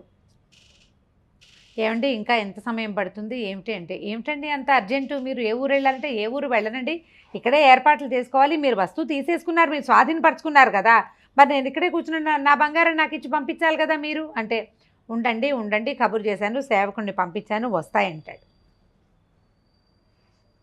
3-4 గంటలు గడిచాక ఒక పెద్ద పటాలంలాగా సైనికులు వచ్చారు. పట్టుకో అన్నారు. ఈయన అప్పటిదాకా గడ్డం అవి పెట్టుకుని పెద్ద మనిషిలాగా కూర్చుని ఆయన లేచి నిలబడ్డాడు. ఈయన నడుగు పెద్ద పట్టాకత్తి కూడా ఉంది, తలపాగా తీసేసాడు, పెద్ద జులపాల జుట్టు బయటపడింది. నుంచున్నాక తెలిసింది ఆయన ఏదో కనపడితే భారీ కాయుడు కాదు, ఏకంగా 7 అడుగులు ఉన్నాడు, యుద్ధవీరుడిలాగా కనపడుతున్నాడు. అరెస్ట్ హిమని అరిచాడనమాట. పట్టుకోండి వీడిని అనగానే పెడరెక్కలు విరిచి పట్టేసుకున్నారు. అంతఃపురంలో పోయిన రత్నాల దొంగవి నువ్వే. ఈయన కాదండి నాది మంచిపర కాదు, లేదు పట్టేశారు అంతే. ఇంకా రత్నాలు వాళ్ళ చేతిలోకి వెళ్ళిపోయినాయి, అది ఇక చేసేదేం లేదు, తీసుకుపోయారు. చెరసాల తప్పదు. అయ్యో ఇదేమిట్రా, నేను పట్టపగలు కన్న కల ఇట్లా నిజమైంది. ఆ రత్నాలు పోవటం ఏమిటి, నన్ను అరెస్ట్ చేయటం ఏమిటి, వీడికి ఏమీ తెలియలే. సరే ఏం చేశారు, పట్టుకున్నారు. పట్టుకున్న తర్వాత తీసుకుపోయారు. ఇవి ఏమేమి లెక్కలు సరిపోయినాయి, వీళ్ళకు కూడా 6 మానికల రత్నాలు పోయినాయి. ఒక మాణిక అవి ఇక్కడ ఉంది. వజ్రాల సంగతి అక్కడ వజ్రాలు లేవు. ఓహో, వజ్రాలు పోలా, వాళ్ళకి పోయినవి నగలు, రత్నాలే మెయిన్. ఈ వజ్రాలు ఇంకెక్కడి నుంచో కొట్టుకొచ్చి ఉంటాడు వీడు. తర్వాత ఏ రోజు వజ్రాలు పోయినాయో ఇతను ఆ రాత్రే ఈ కుంతల దేశం లోపలికి వచ్చాడు. ఏ సత్రం దగ్గర దొంగ పట్టుపడ్డాడు అని మొట్టమొదట కేకలు పెట్టారో అదే సత్రం దగ్గర ఇతను ఉన్నాడు. మొదట చెప్పాడుగా వివరం, నేను ముందు అక్కడ ఉన్నాను తర్వాత ఇక్కడికి వచ్చాను అని. దాంతో తీసుకుని మంత్రి గారి దగ్గరికి ప్రవేశపెట్టారు. ఆ స్థానంలో ప్రవేశపెట్టారు. ఓ చోట నిలబెట్టారు. నిలబెట్టిన తర్వాత ఏమన్నారు, ఎవరని వేరే పెద్దవాళ్ళు వచ్చి మిమ్మల్ని కనుక్కుంటారండి, ఒక రూమ్లోకి వెళ్ళండి అని ఓ రూమ్లోకి పంపించారు. పూర్తిగా దొంగ అని నిర్ధారించాల ఆయన పట్టుకున్నారు. ఇక ఊరంతా ప్రథ బయలుదేరింది. సేనాధిపతి ఆయన పట్టుకున్నాడు. ఆయన చాలా ప్లాన్ చేసి పట్టుకున్నాడు. ఇక్కడ రత్నాలు కొనబడినని బోర్డు కూడా పెట్టు కూర్చుని ఉన్నాడు అక్కడ. అట్లా దొంగలు దొంగ బంగారం కొనబడుతుందని బోర్డు ఉంటే దొంగలతనం చేసిన వాళ్ళు అక్కడికే కదా వెళ్తారు. ఆయన ఆ ప్లాన్ చేశాడు. సరే ఏమైంది, వీడు మహాస్ఫురద్రూపి ఈ బుద్ధిమతి. అక్కడ అతను అడిగాడు సైన్యాధిపతి, అక్కడ వ్యాపారస్తుడు వేషం వేసిన ఆయన, మీ పేరేంటండి అంటే కొంచెం ఆలోచించి మతిమంతుడు అని చెప్పాడు. బుద్ధిమతి అని చెప్పకుండా మతిమంతుడు నా పేరు అని చెప్పాడు. సరే ఇక్కడికి వచ్చేసరికల్లా ఏమైంది, ముందు ఒక పెద్ద మనిషి వచ్చి కనుక్కున్నాడు, మీది ఏ ఊరు, మీరెవరు, ఏమిటి, మీకు ఎక్కడివి అని అడిగాడు. అన్నీ అడిగిన తర్వాత సరే భోజనం చేయండి, యువరాణి వచ్చి మాట్లాడతారు మీతో. యువరాణి, ఎందుకంటే మరి ఈ రాజ్యాన్ని సంరక్షిస్తోంది ఆవిడే.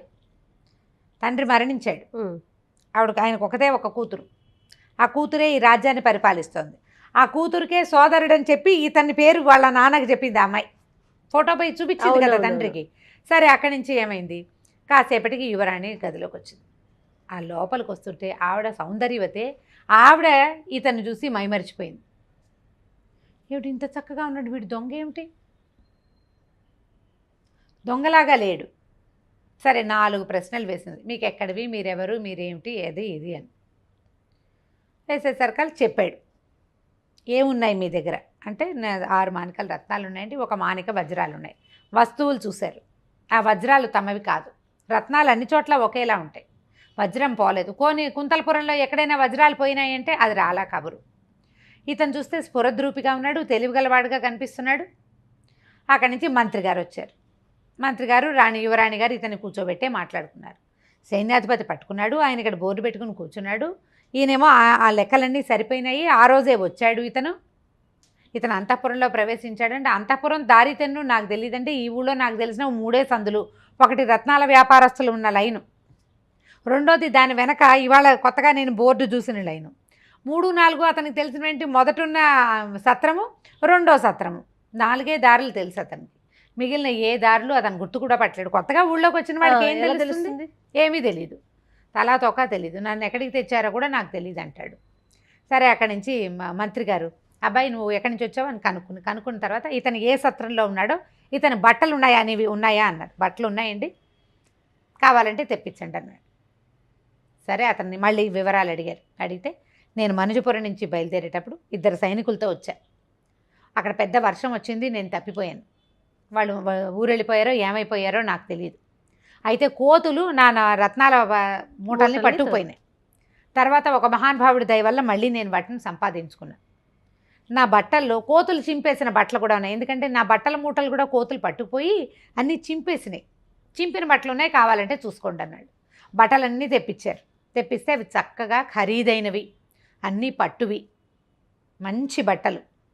మామూలు వాడు కాదు ఇతను. నేను చెప్తున్నాడుగా మంత్రి కొడుకుని అని చెప్తున్నాడు, అది తెలుస్తోంది. అక్కడి నుంచి ఆ బట్టల్లో రాజకుమారులు ధరించేటట్టుగా ఉన్న 2 జతలు ఉన్నాయి. ఆవిడ ఏం చేసింది, ఎవరు అమ్మాయి విజయ్ కుమారి, ఇతనికి యువరాజుకి వేసుకునేందుకు బట్టల కోసం వెళ్ళగానే ఇబ్బంది లేకుండా 2 జతలు చక్కగా యువరాజులు వేసుకోవాల్సిన పట్టుతో బట్టలు కుట్టించి పంపించింది. ఆ కుట్టించిన బట్టల్ని కోతులు చింపినాయి. బట్టల మీద ఏదైనా గుర్తుందంటే, కొన్నిటి మీద స్వస్తికులు అవి ఉంటాయండి, గుర్తులేదు, కానీ నా బట్టల మీద మామూలుగా చాకలి గుర్తుకి వేస్తాడు, కావాలంటే చూడండి అంటే చూస్తే స్వస్తిక మనుజపురపు తాలూకు గుర్తు. ఓహోహో. వాళ్ళు ఏమనుకున్నారు, యువరాణి మంత్రి మాట్లాడుకున్నారు. ఈయన మొహం చూస్తే దొంగల్లే లేడు, మాట్లాడితే తెలివిగా మాట్లాడుతున్నాడు, వస్తువులు అవి చెప్తున్నాయి. వజ్రాలు అసలు మనవి కానే కాదు, రత్నాలు ఎవరింట్లో అయినా ఒకేలా ఉంటాయి. అతను చెప్పిన ప్రకారమే జరిగింది. సరే ఆలోచించి వీళ్ళు ఏమన్నారంటే, అయ్యా మాది పొరపాటని మాకు అనిపిస్తోంది, కాబట్టి మీరు మా దగ్గర కొద్ది రోజులు విశ్రాంతి తీసుకోండి, మీ దారిని మిమ్మల్ని మీ వస్తువులు మీకు అప్పచెప్పేస్తాము, మా పొరపాటుకి మీకు క్షంత విలువ అని చెప్పారు. మాట్లాడుతూ ఉంటే అతను తెలివిగా మాట్లాడటము, కావాలంటే అవి చూసుకోండి ఇది చూసుకోండి అంటాడు. చాలా చూసేసాను జీవితంలో. ఒక మనుజపురం నుంచి ఇక్కడ బయలుదేరే లోపల సావు తప్పి కన్నులు అట్టపోయింది, ముందేమో కోతలు పట్టుకుపోయినాయి, తర్వాత నీళ్ళలో పడ్డాడు, తర్వాత రాక్షసి ఎత్తుకుపోయింది, కాస్తుంటే అది చంపేసేది లేదా తినేసేది, లేకపోతే దాన్ని పెళ్లి చేసుకోవాల్సి వచ్చేది. ఇవన్నీ చూసాను. ఇక మిగిలింది ఏమిటి, కృష్ణ జన్మస్థానం ఒకటే చూడాలండి, ఆ ఒకటి చూసేస్తే నా జీవితం పరిసమాప్తి అయిపోతుంది అన్నాడు. తెలివిగా మాట్లాడుతున్నాడు. సరే ఏం చేశారు, ఒక రూమ్ ఒక పెద్ద భవనం ఆయనకి కేటాయించారు. పడుకోండి వాళ్ళకని భోజనం పెట్టారు. పడుకునేసరికల్లా రాత్రి 9-10 అయ్యేసరికల్లా ఈ యువరాణి వసుంధరాదేవి ఇతని గదిలోకి ప్రవేశించింది. హాయిగా ఇక్కడే ఉండొచ్చు కదా అని అడుగుతుంది. రాచరికం చేసింది. నేను రాచరికం లేదు, నేను బ్రాహ్మణ్ణి, నాకెట్లా రాచరికం వస్తుందంటాడు. ఆవిడ ఏమంటుందంటే, దానిదేముంది, నాతో కలిసి ఉండు, నా రాజ్యం నీదే. బ్రాహ్మడు రాజ్యం చేసిన దాఖలాలు మన చరిత్రలో చాలా ఉన్నాయి, తనని వివాహం చేసుకోమని హింట్ ఇచ్చింది. ఆ అమ్మాయికి ఇతను చూడగానే నచ్చాడు. ఇది బాగా ఆలోచించుకుని ఇతను చెప్పేశాడు, నేను మంజుపురం వచ్చాను, మంత్రి కొడుకుని విజయకుమారుని ప్రేమించాను, ఆమె ప్రేమను సంపాదించుకోవటం కోసమే నేను ఇక్కడికి వచ్చాను, నా ప్రయత్నం ఏదైనా చేసుకుందామని వచ్చాను, నేను ఆమెను ప్రేమించాను అంటే రాజులకి 2-3 పెళ్ళిళ్ళు చేసుకోవచ్చు కదా అంటుంది ఆవిడ. నాకు ఓకే అయినా కూడా రెడీ, అయినా సరే నేను రెడీయే, నువ్వు నాకు నచ్చావు. ఇతను ఒప్పుకోలేదు. ఒప్పుకోపోయేసరికల్లా, అయితే నువ్వు జన్మస్థానానికి వెళ్ళాల్సిందే, నువ్వు నగల దొంగతనంలో తప్పించుకున్నావు కానీ శ్రీకృష్ణ జన్మస్థానం తప్పదు, నువ్వు నన్ను పెళ్లి చేసుకుంటావా జైల్లో కూర్చుంటావా చెప్పు. జైలు తప్పదు, అయితే ఒప్పుకో లేకపోతే వెళ్ళు అని చెప్పి లేచి వెళ్ళిపోయింది ఆవిడ. ఎవరో ఒకళ్ళు పెళ్లి చేసుకోవాలి యువరాణి, తనకు నచ్చిన బ్రాహ్మణ యువకుడినే చేసుకుంటుంది. ఆవిడ ఇష్టమే, అక్కడ పెత్తనం ఎవరిది లేదు. ఆవిడ ప్లాన్ ఏంటంటే చూడగానే ఇతను స్ఫురద్రూపి, అతను నచ్చాడు, ఓ మంత్రి కుమారుడు, మరి దారిపోయే రోడ్డును పోయేవాడు కాదు, ఈ లోపల అక్కడ కబురు చేసి కనుక్కోవచ్చు, ఇంతలో కొంచెం కాస్త ఫస్ట్ సైట్ని ఎంజాయ్ చేయొచ్చని ఆవిడ ఉద్దేశం. వీడేమో ఒప్పుకోడు. ఇక ఆవిడకి విసుగుబుట్టి, నువ్వు జైలుకి వెళ్ళడానికి సిద్ధంగా ఉండని లేచి వెళ్ళిపోయింది. మళ్ళీ బుద్ధిమతి ఎట్లా జైల్లోకి వెళ్ళాడు, ఎలా విజయ్ కుమార్ దొరికింది, వసుంధరాదేవి ఏం చేసిందో తర్వాయి భాగాల్లో తెలుసుకుందాం మనం. తప్పకుండా అండి. నమస్తే రమ్మగారు. నమస్తే జయ. రమ్మగారు, బుద్ధిమతి సిరీస్లో ఉన్నాము, 4 భాగాలు అయిపోయినాయి. ఇవి కూడా మంత్రి గారి కుమారుడు అరెస్ట్ అయిపోతున్నాడు, అరెస్ట్ చేస్తాను అని చెప్పింది. సరే ఏం చేసినా ఆవిడ లేచి వెళ్ళిపోయింది యువరాణి. ఈయన ఇక్కడ పడుకున్నాడు, ఆలోచించుకుంటున్నాడు. విజయ్ కుమారే గుర్తొస్తుంది ఆయనకి. ఏమిటి ఎక్కడికో చేయబోయి ఏమిటో ఇలా అయ్యాం మనం, ఏమవుతుందా అనిపించింది. మర్నాడు పొద్దున్న తెల్లవారింది. ఈయన దంతధావన క్రియాలు అవి చేశాడు, ఏదో బ్రేక్ఫాస్ట్ అవి పెట్టారు. ఎవరో సైనికులు వచ్చి పక్కన ఉంచున్నారు. రండి యువరాణి మిమ్మల్ని పిలుస్తున్నారు, చావడిలోకి రమ్మన్నారన్నారు. చావడిలోకి వెళ్ళాడు వాళ్ళతో కలిసి. ఓ సింహాసనం మీద కూర్చోబెట్టింది, ఆవిడ పక్కన కూర్చుంది. రాత్రి నేను చెప్పిన సంగతి ఏం ఆలోచించామంది. నేనేమీ ఆలోచించలేదు, నేను సిద్ధంగా లేను. ఇతనికి విజయ్ కుమార్ చెప్పింది, నాకు సవతిపోరుంది అనేసి. అంటే ఇప్పుడు నేను ఏమైనా పెళ్లి చేసుకోవచ్చు అని అనిపించాలి. ఆ అమ్మాయిని ప్రేమించాడు, ఇక ఆవిడ మీదే ఉంది మనసు. పోనీ ఈవిని పెళ్లి చేసుకుందాము, ఈవిని పెళ్లి చేసుకుని ఇక్కడ రాజు అయితే ఆమెను చేసుకోవచ్చు, అలాంటి ఆలోచన రాలా. తను ప్రేమించాడు, ప్రేమించిన కన్య, అది తప్పిస్తే అతనికి రెండో ఆలోచన లేదు. రాజు కాకపోవటంతో రాచరికపు ఆలోచన లేదు. అది మిగిలిన తెలివితేటలు ఉన్నాయి. రాజులకి సహజంగా వచ్చే పర్వాలా 2-3 వివాహాల ఊహ అతనికి రావటం లేదనమాట. ఓరుకున్నాడు, కుదరదన్నాడు. ఆవిడ బతిలాడింది, ఏమైనా సరే ఇతను ఒప్పుకునేలాగా లేడు. ఈవిడిగా నువ్వు ఒప్పుకోకపోతే చెరసాల తప్పదు, అది రాత్రి చెప్పావుగా అన్నాడు. ఆవిడ గుళ్ళు మండిపోయింది. తీసిపోయి జైల్లో పడేయండి అని చెప్పింది. ఈయన కాస్త జైల్లో కూర్చున్నాడు. అక్కడ ఏమైంది, ఇతను వచ్చి 3 నెలలు అయిపోయింది. తండ్రికి తెలుసు వాడు ఎక్కడో చెరువులో పడి అదే నదీ ప్రవాహంలో కొట్టుకుపోయాడని. పిల్లాడు దొరకలేదు. రాజుగారు ప్రయత్నం చేశాడు, కుర్రాడు దొరకటం లేదు. ఎవ్వరూ అతన్ని పట్టుకోలేకపోయారు. వాళ్ళిద్దరూ ఆ బెంగతో బెంగటిల్లిపోతుంటున్నారు, పెద్దవాళ్ళిద్దరూ. ఈ అమ్మాయి ఏమో వీడు ఇన్నాళ్ళైనా ఉత్తరం రాయలేదు, నేను మనిషిని ఎట్లా పంపించాలి, ఏం చేయాలి అని ఆ అమ్మాయి ఆలోచించుకుంటోంది. నిద్ర పట్టదు, అన్నం సహించదు. తండ్రి ఎందుకో దిగులుగా ఉన్నాడు. పోనీ మంత్రి గారింటికి వెళ్ళి కాసేపు కూర్చుందామంటే ఆయన అంతకంటే బుర్ర వేళ్లాడేసుకుని తిరుగుతున్నాడు ఆయన. ఈ అమ్మాయికి ఏం చేయాలో తెలియటం. ఏదో జరిగిందని గ్రహించిందంట అనిపిస్తోంది. ఏదో జరిగింది. 3 నెలలైనా ఉత్తరం రాయలేదు అంటే ఏదైనా ప్రమాదం వాటిల్లిందా? మనమే వెళ్ళిపోదామా? వెళ్ళిపోవాలి అక్కడికి. అని ఏం చెప్పి పంపించింది? అక్కడ ఏదో భవనం కొను, అంతకంటే యుద్ధకాండ కాదా పంపించింది. అవును. ఇప్పుడు యుద్ధానికి పంపారనుకో ఏదైనా అశుభం శంకిస్తారు. వెళ్ళింది ఏముంది, 2 మనుషులను తీసుకెళ్ళాడు, కొంత బంగారము రత్నాలు వజ్రాలు ఉన్నాయి, ఓ ఇల్లు కొనుక్కోవాలి, అక్కడ ఉండాలి, అంతే. అది సాధారణంగా జరిగే పని. ఏదైనా కొంపమునిపోయి ఉంటుందని ఊహించలే అమ్మాయి. ఆలోచిస్తోంది. ఒక హింట్గా ఆమెకి ఏం తెలిసిందంటే మంత్రి గారు రాజుగారు డల్గా ఉండటానికి ఇతనితో వెళ్ళినటువంటి సైనికులు తిరిగి వచ్చారని, ఆయనకి ఏదో ప్రమాదం వాటిల్లిందేమోనన్న శంక ఉంది 1%. కానీ అది పూర్తిగా నమ్మటం లేదు. సరే, ఇంతలో ఏమైంది, ఈ అమ్మాయికి పెళ్లి సంబంధాలు వస్తున్నాయి చుట్టుపక్కల నుంచి. విక్రముడని ఒక రాజుగారు ఆల్రెడీ ఈ అమ్మాయి మీద ఇంట్రెస్ట్గా ఉందని చెప్పాడు. చుట్టుపక్కల రాజ్యాల నుంచి కబుర్లు వస్తున్నాయి. కానీ ఒకరోజు ఒక ఉత్తరం వచ్చింది ఈ తండ్రికి, మనుజపురానికి రాజుగారు కరుణాకరుడికి. ఆయన ఉత్తరం చూడగానే అమ్మ తల్లి విజయకుమారి అని ఏడవటం మొదలుపెట్టాడు. ఏమిట్రా తండ్రి ఏడుస్తున్నాడు అని ఈవిడ పరిగెత్తుకుంటూ వచ్చి చూసేసరికల్లా ఉత్తరం కనపడింది. అందులో ఏముంది, విక్రమసింహుడు అనే రాజు నీ రాజ్యం మీద దండెత్తి వస్తున్నావు, నీ కుమార్తెను నేను వివాహం చేసుకుంటాను, అదర్వైజ్ నిన్ను చెరసాల్లో పెడతాను అని రాశాడు. అతను కడు మూర్ఖుడు. ఒక దేశపు రాజకుమారి కోసం ఎట్లా రాయాలి ఉత్తరం? మీ అమ్మాయిని మాకు ఇస్తారా అని రాయాలి. వాళ్ళు సమాధానం చెప్పకపోతే ఊరుకోవాలి. అమ్మాయిది ఛాయిస్, నువ్వు అడగగలవంతే, బలవంతం చేయలేము. కానీ బలవంతం చేస్తున్నాడు అంటే వాడి రాచరికపు పద్ధతి కాదు, మూర్ఖుడు అనమాట. ఇప్పుడు వాడు దండెత్తి వస్తే వీళ్ళకి 5 సైన్యం ఉంది అతని దగ్గర. ఏం చేయాలో తెలియలా. రాజు దుఃఖపడుతున్నాడు. ఈ అమ్మడికి ఆలోచించుకుంది ఏం చేసింది, ఇది కాదు మార్గం. ఇక్కడే ఉంటే దండెత్తి ఖచ్చితంగా తనని వాడు పట్టుకుంటాడు. తను ఇక్కడే ఉంటే ఎప్పటికీ అతన్ని కలుసుకోలేదు బుద్ధిమంతుని. అందుకని ఏం చేసింది, ఓ 2 సైనికుల్ని తను ఇక్కడి నుంచి తండ్రి దగ్గర నుంచి వెళ్ళగానే వాళ్ళకి కొంత డబ్బు దశకం అన్నీ ఇచ్చేసి, మీరు వెళ్ళిపోండి, ఫలానా చోట నా కోసం అడవిలో వేచి ఉండండి అని గుర్రాలు వేసుకుని పంపించేసింది. వాళ్ళు నగలు నాణ్యాలు డబ్బు దశకం అన్నీ పుచ్చుకొని సైనికులు వెళ్ళిపోయారు ముందు. ఈ అమ్మాయి ఏం చేసింది, రాత్రి అమ్మా నాన్నలతో కలిసి భోజనం చేసింది. రేపొద్దున ప్రాతకాలం నేను గుళ్ళోకి వెళ్తాను నాన్నగారు, రేపు మధ్యాహ్నం దాకా మీకు కనపడినని తండ్రికి చెప్పింది. భోజనం చేసి తన అంతఃపురంలోకి వెళ్ళటం ఏమిటి, చక్కగా ముసుగేసుకుని నడుచుకుంటూ బయటికి వెళ్ళిపోయింది. ఎవ్వరికీ చెప్పాల. చెలికత్తెలకి చెప్పినా తండ్రికి తెలుస్తుంది. పరమ నిశ్శబ్దంగా చేసేసింది పని. ఈ అమ్మాయి కోసం ముందే వెళ్ళారు కదా సైనికులు, వాళ్ళు ఎలాగో గుర్రాలు డబ్బు దశకంతో సిద్ధంగా ఉంటారు. ఏమి నడిచి సాధారణ వేషంతో నడిచి వెళ్తుంటే ఇది రాజకుమారిని ఎవరనుకుంటారు, గుర్రం వేసుకెళ్తే చూస్తారు. అదేదో పంచకళ్యాణి గుర్రం, రాజుగారికే గుర్రాలు ఉంటాయి కాబట్టి. కామ్గా ముసుగు వేసుకుని చీకట్లో నడుచుకుంటూ వెళ్ళిపోయింది. తెల్లవార్లు నడిచి ఎక్కడ తన సైనికులు ఉన్నారో వాళ్ళని చేరుకుంది. సరే, వాళ్ళు ఏం చేశారు, 2 కలిసి ఓ గుర్రం ఎక్కి, లేదా ఒక గుర్రాన్ని ఎక్స్ట్రా తెచ్చారు, తమ 2 గుర్రాలు కాకుండా ఇంకోటి, 3వ గుర్రం మీద యువరాణిని ఎక్కించారు. 3 కలిసి వెళ్ళిపోయారు. వీళ్ళ అదృష్టం బాగుండి మొదట ఇతను బుద్ధిమతి వెళ్ళినప్పుడు వాళ్ళు వెళ్ళిన దారిలో కోతులున్నాయి, వర్షం వచ్చింది. ఈవిడ సమయం బాగుంది. మర్నాడు మధ్యాహ్నం ఆ అమ్మాయి భోజనానికి రాల.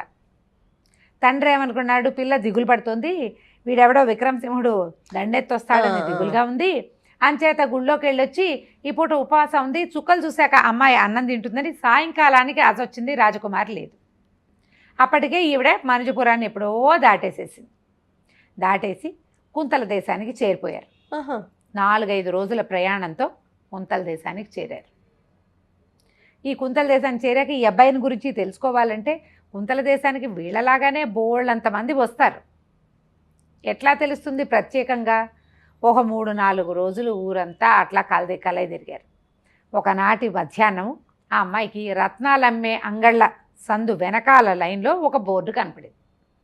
ఏమిటి, రాజకుమారి దగ్గర నుంచి అంటే అంతఃపురంలో నుంచి వజ్రాలని దొంగలించబడ్డాయి, రత్నాలు దొంగిలించబడ్డాయి. ఈ ప్రాంతంలో ఎక్కడైతే ఈ బల్లగట్టుందో అక్కడ సైన్యాధిపతి రత్నాలు కొనబడను అని బోర్డు పెట్టి రత్నాలు అమ్మడానికి వచ్చిన ఒక యువకుడిని దొంగగా భావించి రాజుగారికి రాజాస్థానానికి సమర్పించాడు. కానీ అతను దొంగ కాదు. ఇలాంటి పొరపాటు పని చేసినందుకు సైన్యాధిపతికి 3 మాసాలు ఆయన్ని ఇద్దేశారు, ఆయన పదవి నుంచి తప్పించారు. కాబట్టి ఇలాంటి పరిస్థితులు వస్తాయి కాబట్టి ఏ రకమైన దొంగ వేషాలు వేయబోకండి. రత్నాలు కొంటానని దొంగ వేషం వేసి ఆయన చేసినందుకు ఆయనకి ఉద్యోగం ఊడింది 3 నెలల పాటు. తర్వాత ఇంకా ప్రమోషన్, ఆయన సైన్యాధిపతిగా ఉండడు, దాని కింద ఉప పదవులు ఏవో ఇస్తారు అతనికి. ఈవిడికి గుండె ఠారు మంది. ఇక్కడ రత్నాలు అమ్మి ఇల్లు కొనమని చెప్పి పంపించింది. ఒకవేళ ఆ రత్నాలమ్మిన యువకుడు మనవాడేనేమో. ఇప్పుడు ఏమయ్యాడు, ఏం చేయాలి, ఎవరిని అడగాలి? ఇప్పుడు సైన్యాధిపతి పదవి పోయింది అని బోర్డు రాశారు. కుర్రాడు ఏమయ్యాడో అక్కడ రాయలా. ఏమండి కుర్రాడు ఏమయ్యాడండి అని అడిగితే తిరిపడు వచ్చిన ఆవిడ పట్టుకుంటారు. ఏం చేయాలో తెలియలేదు. సరే ఈ సైనికులు ఇద్దరు ఏమన్నారంటే, అమ్మా ఇక్కడ ఏదైనా కొంచెం ప్రయత్నం చేద్దాం, కాస్త నిదానంగా ఉండాలి. వచ్చి రాగానే కనుక్కుందనుకో నువ్వు ఎక్కడి నుంచి వచ్చావు అని ప్రశ్న వస్తుంది. ఏ సత్రంలో దిగినా ఏ ఊరు నుంచి వచ్చారు అనేది ఒక రిజిస్టర్లో అది రాస్తారు. సమాధానం చెప్పాల్సి ఉంటుంది కదా. అందుకని కొంచెం స్థిమితంగా ఏం చేసింది, ఉన్న రత్నాలలో కొన్నిటిని కొద్దిగా రెండింటిని వాళ్ళు రెండింటిని వీళ్ళు ఇట్లా ముగ్గురు కలిసి 3 చోట్ల అమ్మి కొంత డబ్బు చేసుకుని ఒక భవనం, చిన్న భవనం తీసుకున్నారు. అక్కడ ఉండటం మొదలుపెట్టారు. ఈ లోపల అక్కడేమైంది, ఆ మనుజపురంలో ఆ విక్రమసింహుడు అనే రాజుగారు వీళ్ళ మీదకి దండెత్తి రానే వచ్చాడు. బుద్ధిమతి తప్పిపోయాడనే దుఃఖంతో సగం అయిపోయిన రాజుగారు కూతురు ఎక్కడికో వెళ్ళిపోయింది, అంటే రాబోయే అవమానాన్ని తట్టుకోలేక కూతురు పారిపోయిందన్న దుఃఖంతో ఇంకా దిగనాసిల్లిపోయినాడు. మంత్రి గారు ముందరే వీకు, కొడుకులేడు కదా. దాంతో ఆయన దండెత్తి ఈ మంత్రిని రాజుగారిని ఇద్దరిని చెరసాల్లో పారేసి రాజ్యాన్ని ఆక్యుపై చేశాడు విక్రమసింహుడు. ఆ రాజ్యంలో ఏమో రాజు మంత్రి చెరసాల్లో పడ్డారు, ఇక్కడేమో మంత్రి కుమారుడు చెరసాల్లో పడ్డాడు.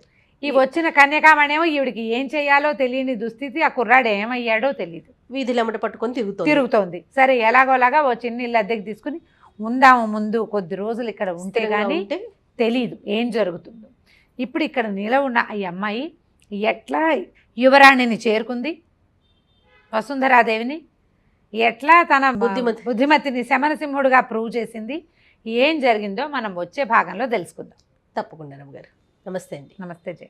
సుమన్ టీవీ మాప్ సమర్పించిన వారు సిఎంఆర్ జ్యువెలరీ. దంతెరాశ సందర్భంగా సిఎంఆర్ జ్యువెలరీ వారు అన్ని బంగారు ఆభరణాలపై తగ్గింపు ఇస్తున్నారు. తులం బంగారు ఆభరణాలపై 1500 రూపాయల తగ్గింపు, పాత బంగారం మార్పిడిపై 100 రూపాయలు అధికంగా పొందడం, అన్ని సిల్వర్ వస్తువులపై తరుగు మజూరీ లేదు. సిఎంఆర్ జ్యువెలరీ, దంతెరాస్ ప్రత్యేకం. రమ్మగారు, బుద్ధిమతి ఈ సిరీస్ లో కూడా ఉన్నాం మనము. విజయ్ కుమారి ఇక్కడికి వచ్చింది, ఈ రాజ్యానికి వచ్చి తెలుసుకుంది ఇతను రత్నాలు అమ్మబోయి ఉంటాడు, దొరుకుంటాడు, కానీ వాళ్ళు వదిలేశారు. ఏదో జరిగిందని ఊహించింది. ఇంకా అమ్మాయి ఇద్దరు సేవకులను పెట్టుకుని ఆ ఊళ్ళోనే ఉంది, వెతుక్కుంటున్నారు. ఎందుకంటే ఆవిడ ఏం చెప్పి పంపించింది, ఈ వచ్చి కుంతలపురానికి వచ్చి ఇక్కడ ఒక ఇల్లు తీసుకుని ఉండమంది. అతన్ని వెతుక్కోవాలి. ఇక్కడ ఏం పేరుతో ఉన్నాడో ఏం తెలియదు కదా, ఏమీ తెలీదు. సేవకులు ఇద్దరితో పాటు వచ్చింది కదా, సైనికులు వచ్చారు ఆవిడతో పాటు. వీళ్ళు ఒక సత్రం తీసుకున్నారు, ఇక అక్కడే ఉన్నారు. ముందు ఒక వారం అంతా ఈ కొట్లు గిట్లు చూశారు. తర్వాత ఇంకా స్లోగా వాళ్ళు ఏం చేశారు, తిరగటం మొదలుపెట్టారు ఊరంతా. 1 నెల రోజులు గడిచిపోయింది. 1 నెల అయిన తర్వాత ఒకనాడు ఏమనుకున్నారంటే ఈ సేవకులు ఇద్దరు, అసలు ఇలాంటి వాడు ఒకడు వచ్చాడని ఇది ప్రచారంలో ఉందా లేదా అది కనుక్కోవాలనుకున్నారు. ఒక కోట దగ్గర బయట సైనికులు అన్ని సరకాల ఇప్పుడు చూడు ఎక్కడికైనా వెళ్ళామనుకో డ్రైవర్లు మాట్లాడుకుంటారు. ఇద్దరు డ్రైవర్లు సైనికులు సేవకులు కూడా అంతే. వీళ్ళు ఏమనుకున్నారు, ఎవడో ఒకడిని మాట్లాడించారు. ఈ ఊళ్ళో కనుక్కోవటం కాదు, డైరెక్ట్గా కోటనే అటాక్ చేయాలనుకున్నారు. ఈ కోట బయట కాపలాలు ఉంటారా, 8 గంటలకో 10 గంటలకో డ్యూటీలు మారుతూ ఉంటారు. ఎవడో ఒకడిని పట్టుకుని ఏదో మా క్యాజువల్గా మాట్లాడుతూ అంతఃపురం ఏమిటి, అమ్మగారి సంగతి ఏమిటి, అయ్యగారి సంగతి ఏమిటి, అమ్మాయికి వివాహం కాలేదా రాజకుమార్తెకి ఏమిటా అది ఇదే అని కనుక్కున్న తర్వాత వాళ్ళకి అందింది బుద్ధిమతి అరెస్ట్ చేయబడి ఉన్నాడు అని అర్థమైపోయింది. ఆయన కారాగారంలో ఉన్నాడు సంగతి అర్థమైంది. ఈ అమ్మాయికి ఎట్లా చెప్పాలి, ఆవిడేమనుకుంటుంది, ఎక్కడో ఇల్లు తీసుకుని పెట్టుకున్నాడు, బిల్డింగ్లో ఉన్నాడని ఊహిస్తోంది. చెప్పడానికి భయం వేసింది వీళ్ళకి. సరే ఆ పూట ఎన్ని గంటలకి వాళ్ళ ఇంటికి రాల.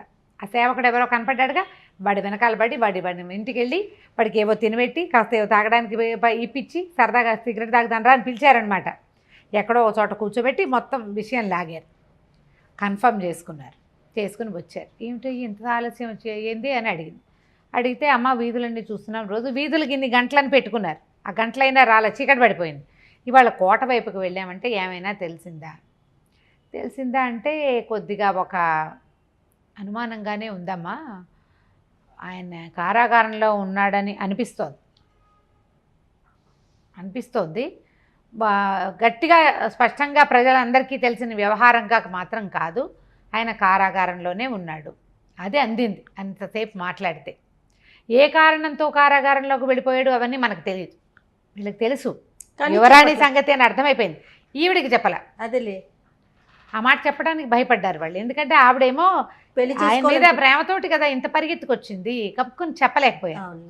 చెప్పలేక కొద్దిగా నాంచి మీరు ఒక పని చేయొచ్చు కదా, ఎందుకంటే మనకి మన దేశానికి నుంచి ఎవరైనా వచ్చి వీళ్ళతో మాట్లాడి డైరెక్ట్గా చేసే వ్యవహారమా కుదరదు. యువరాణికి ఎవరైనా కొత్త వాళ్ళతో అంటే బయట దేశాల నుంచి వచ్చిన వాళ్ళతో మాట్లాడడం అది ఆసక్తి. మీరేమో తెలియగలవారు, బాగా మాట్లాడగలరు. యువరాణిని కలుసుకుని ఆను పాను తీస్తే ట్రై చేయొచ్చు కదా, అట్లా ప్రయత్నం చేయొచ్చు కదా. అంటే ఈవిడికి ఒక హింట్ ఏమందింది, ఒకటి అయి ఉండాలి, బుద్ధిమతి చాలా స్ఫురద్రూపి.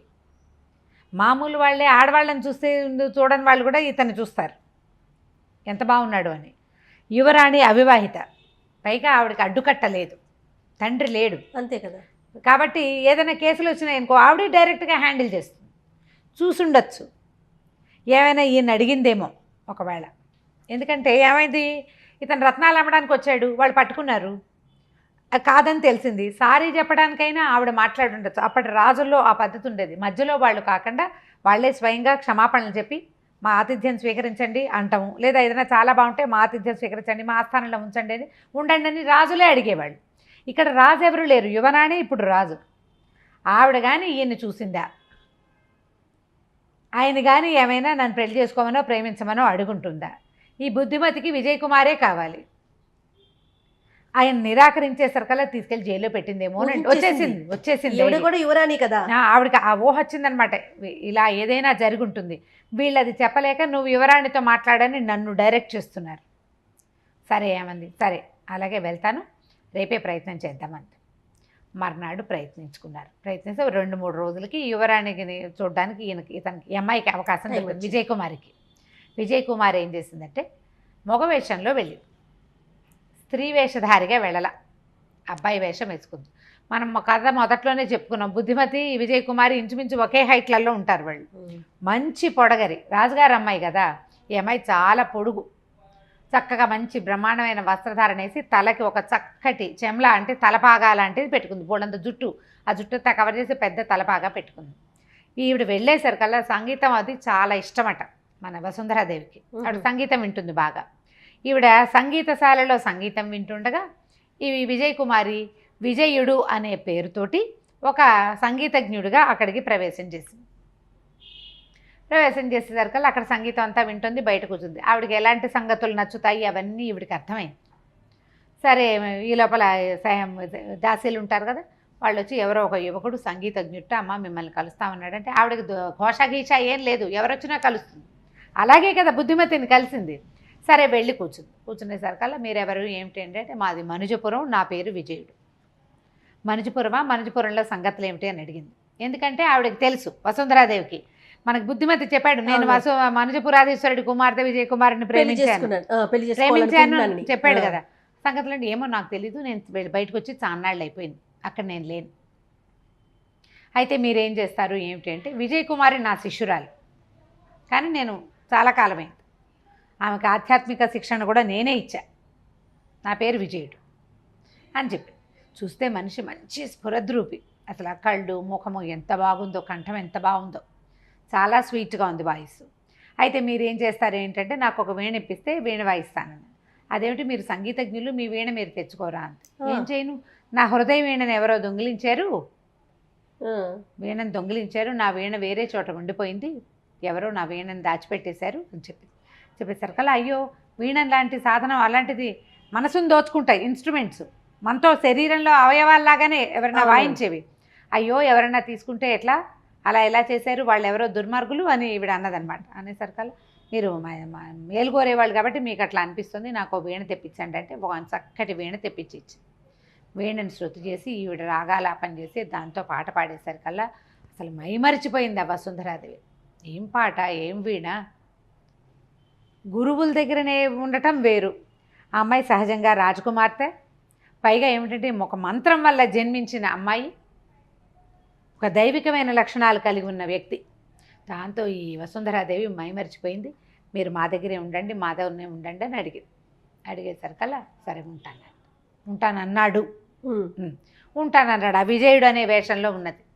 సరే ఏమన్నారు, మీరు బసకెళ్ళి మీ సామాన్లు అవి తెప్పించేసుకోండి, మీరు అంతఃపురం దగ్గర ఉందరు కానీ నేను మీ దగ్గర వీణ సంగీతం నేర్చుకుంటాను, నాకు ఈవిడ కొంత వచ్చు, ఇంకా బాగా నేర్చుకుంటాను అనగానే సరే ఒప్పుకుంది.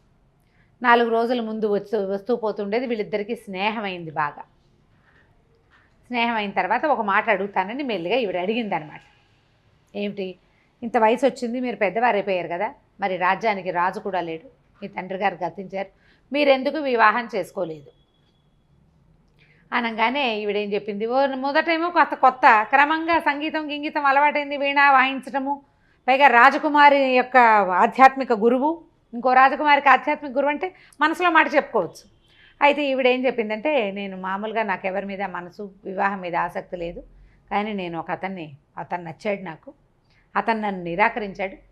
ఇప్పుడు రాజపుత్రులు అనుకో, వాళ్ళు నన్ను తోసేసి రాజ్యం లాక్కుంటారు.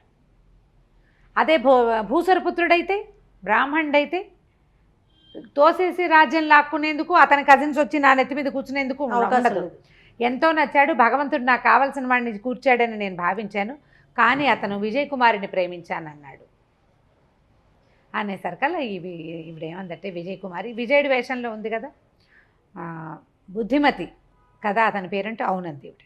బుద్ధిమతి చాలా బుద్ధిమంతుడు, అతని మనసు మార్చేందుకు ప్రయత్నం చేస్తాను, బుద్ధిమతిని కలిసే అవకాశం కల్పించమంది. బాగుందిగా, సూపర్. అక్కడి నుంచి ఏం చేసింది ఈవిడ, ఒక 2 రక్షక భటులనిచ్చి మా గురువు గారిని కారాగారానికి తీసుకెళ్ళండి, బుద్ధిమతిని కల్పించండి పంపించి.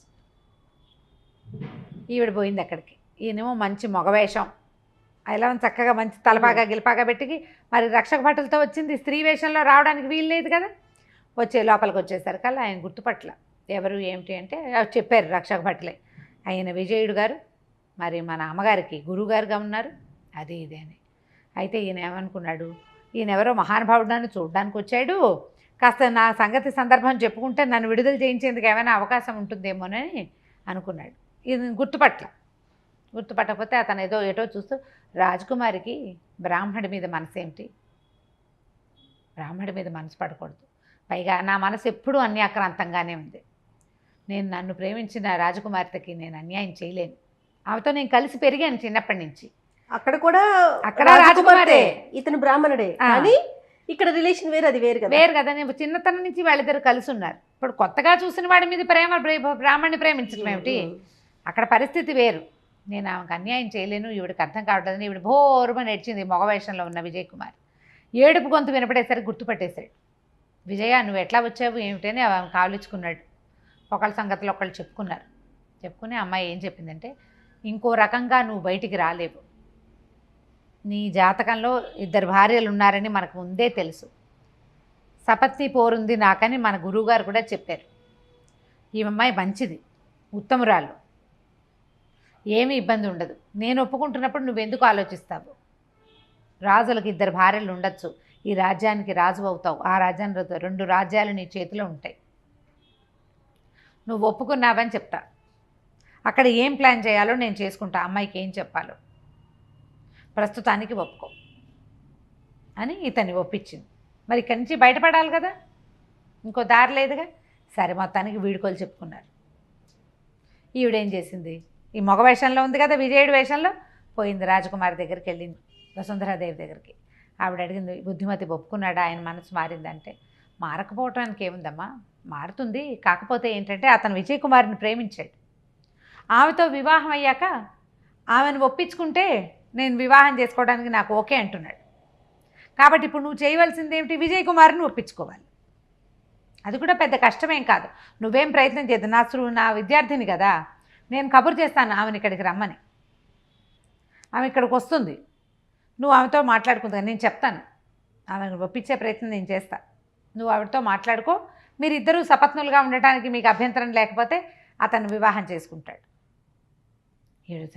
పరమానంద భరితురాలు అయిపోయింది. పర్వాలేదు, వాళ్ళ రాజ్యంలో ఉన్నప్పుడు వాళ్ళతో ఆవిడతో ఉంటాడు, నా రాజ్యంలో ఉన్నప్పుడు నాతో ఉంటాడు, లేదా మేమిద్దరం కలిసే ఉంటాం, నాకేమీ అభ్యంతరం లేదు, కానీ నాకు బుద్ధిమతి కావాలి అంతే అనగానే ఈవిడేమంది, వెంటనే విజయుడి వేషంలో ఉన్న విజయ్ కుమారి, నాకు కొంచెం సెలవిస్తే నేను నా దగ్గర పని వాళ్ళు ఉన్న వాళ్ళందరికీ జీతాలు భత్యాలు ఇచ్చి విజయ్ కుమారిని రప్పిస్తాను అని చెప్పింది. ఇప్పుడు వీళ్ళకి ఇంకోటి ఏం కావాలి, ఈవిడికి ఈ అమ్మాయికి కావాల్సింది బుద్ధిమతి బయటికి రావటమే కాదు, తన తండ్రిని జైల్లో పెట్టి విక్రమసింహుడు అనే రాజు రాజ్యాన్ని ఆక్యుపై చేస్తున్నాడు. అవును. వాడి మీద దండెత్తడానికి వీళ్ళ దగ్గర ఏ సాధనము లేదు. ఈ వసుంధరాదేవిని పట్టుకుంటే కుంతల దేశం చాలా బలమైన దేశంగా ఉంది ఇటీవల కాలంలో.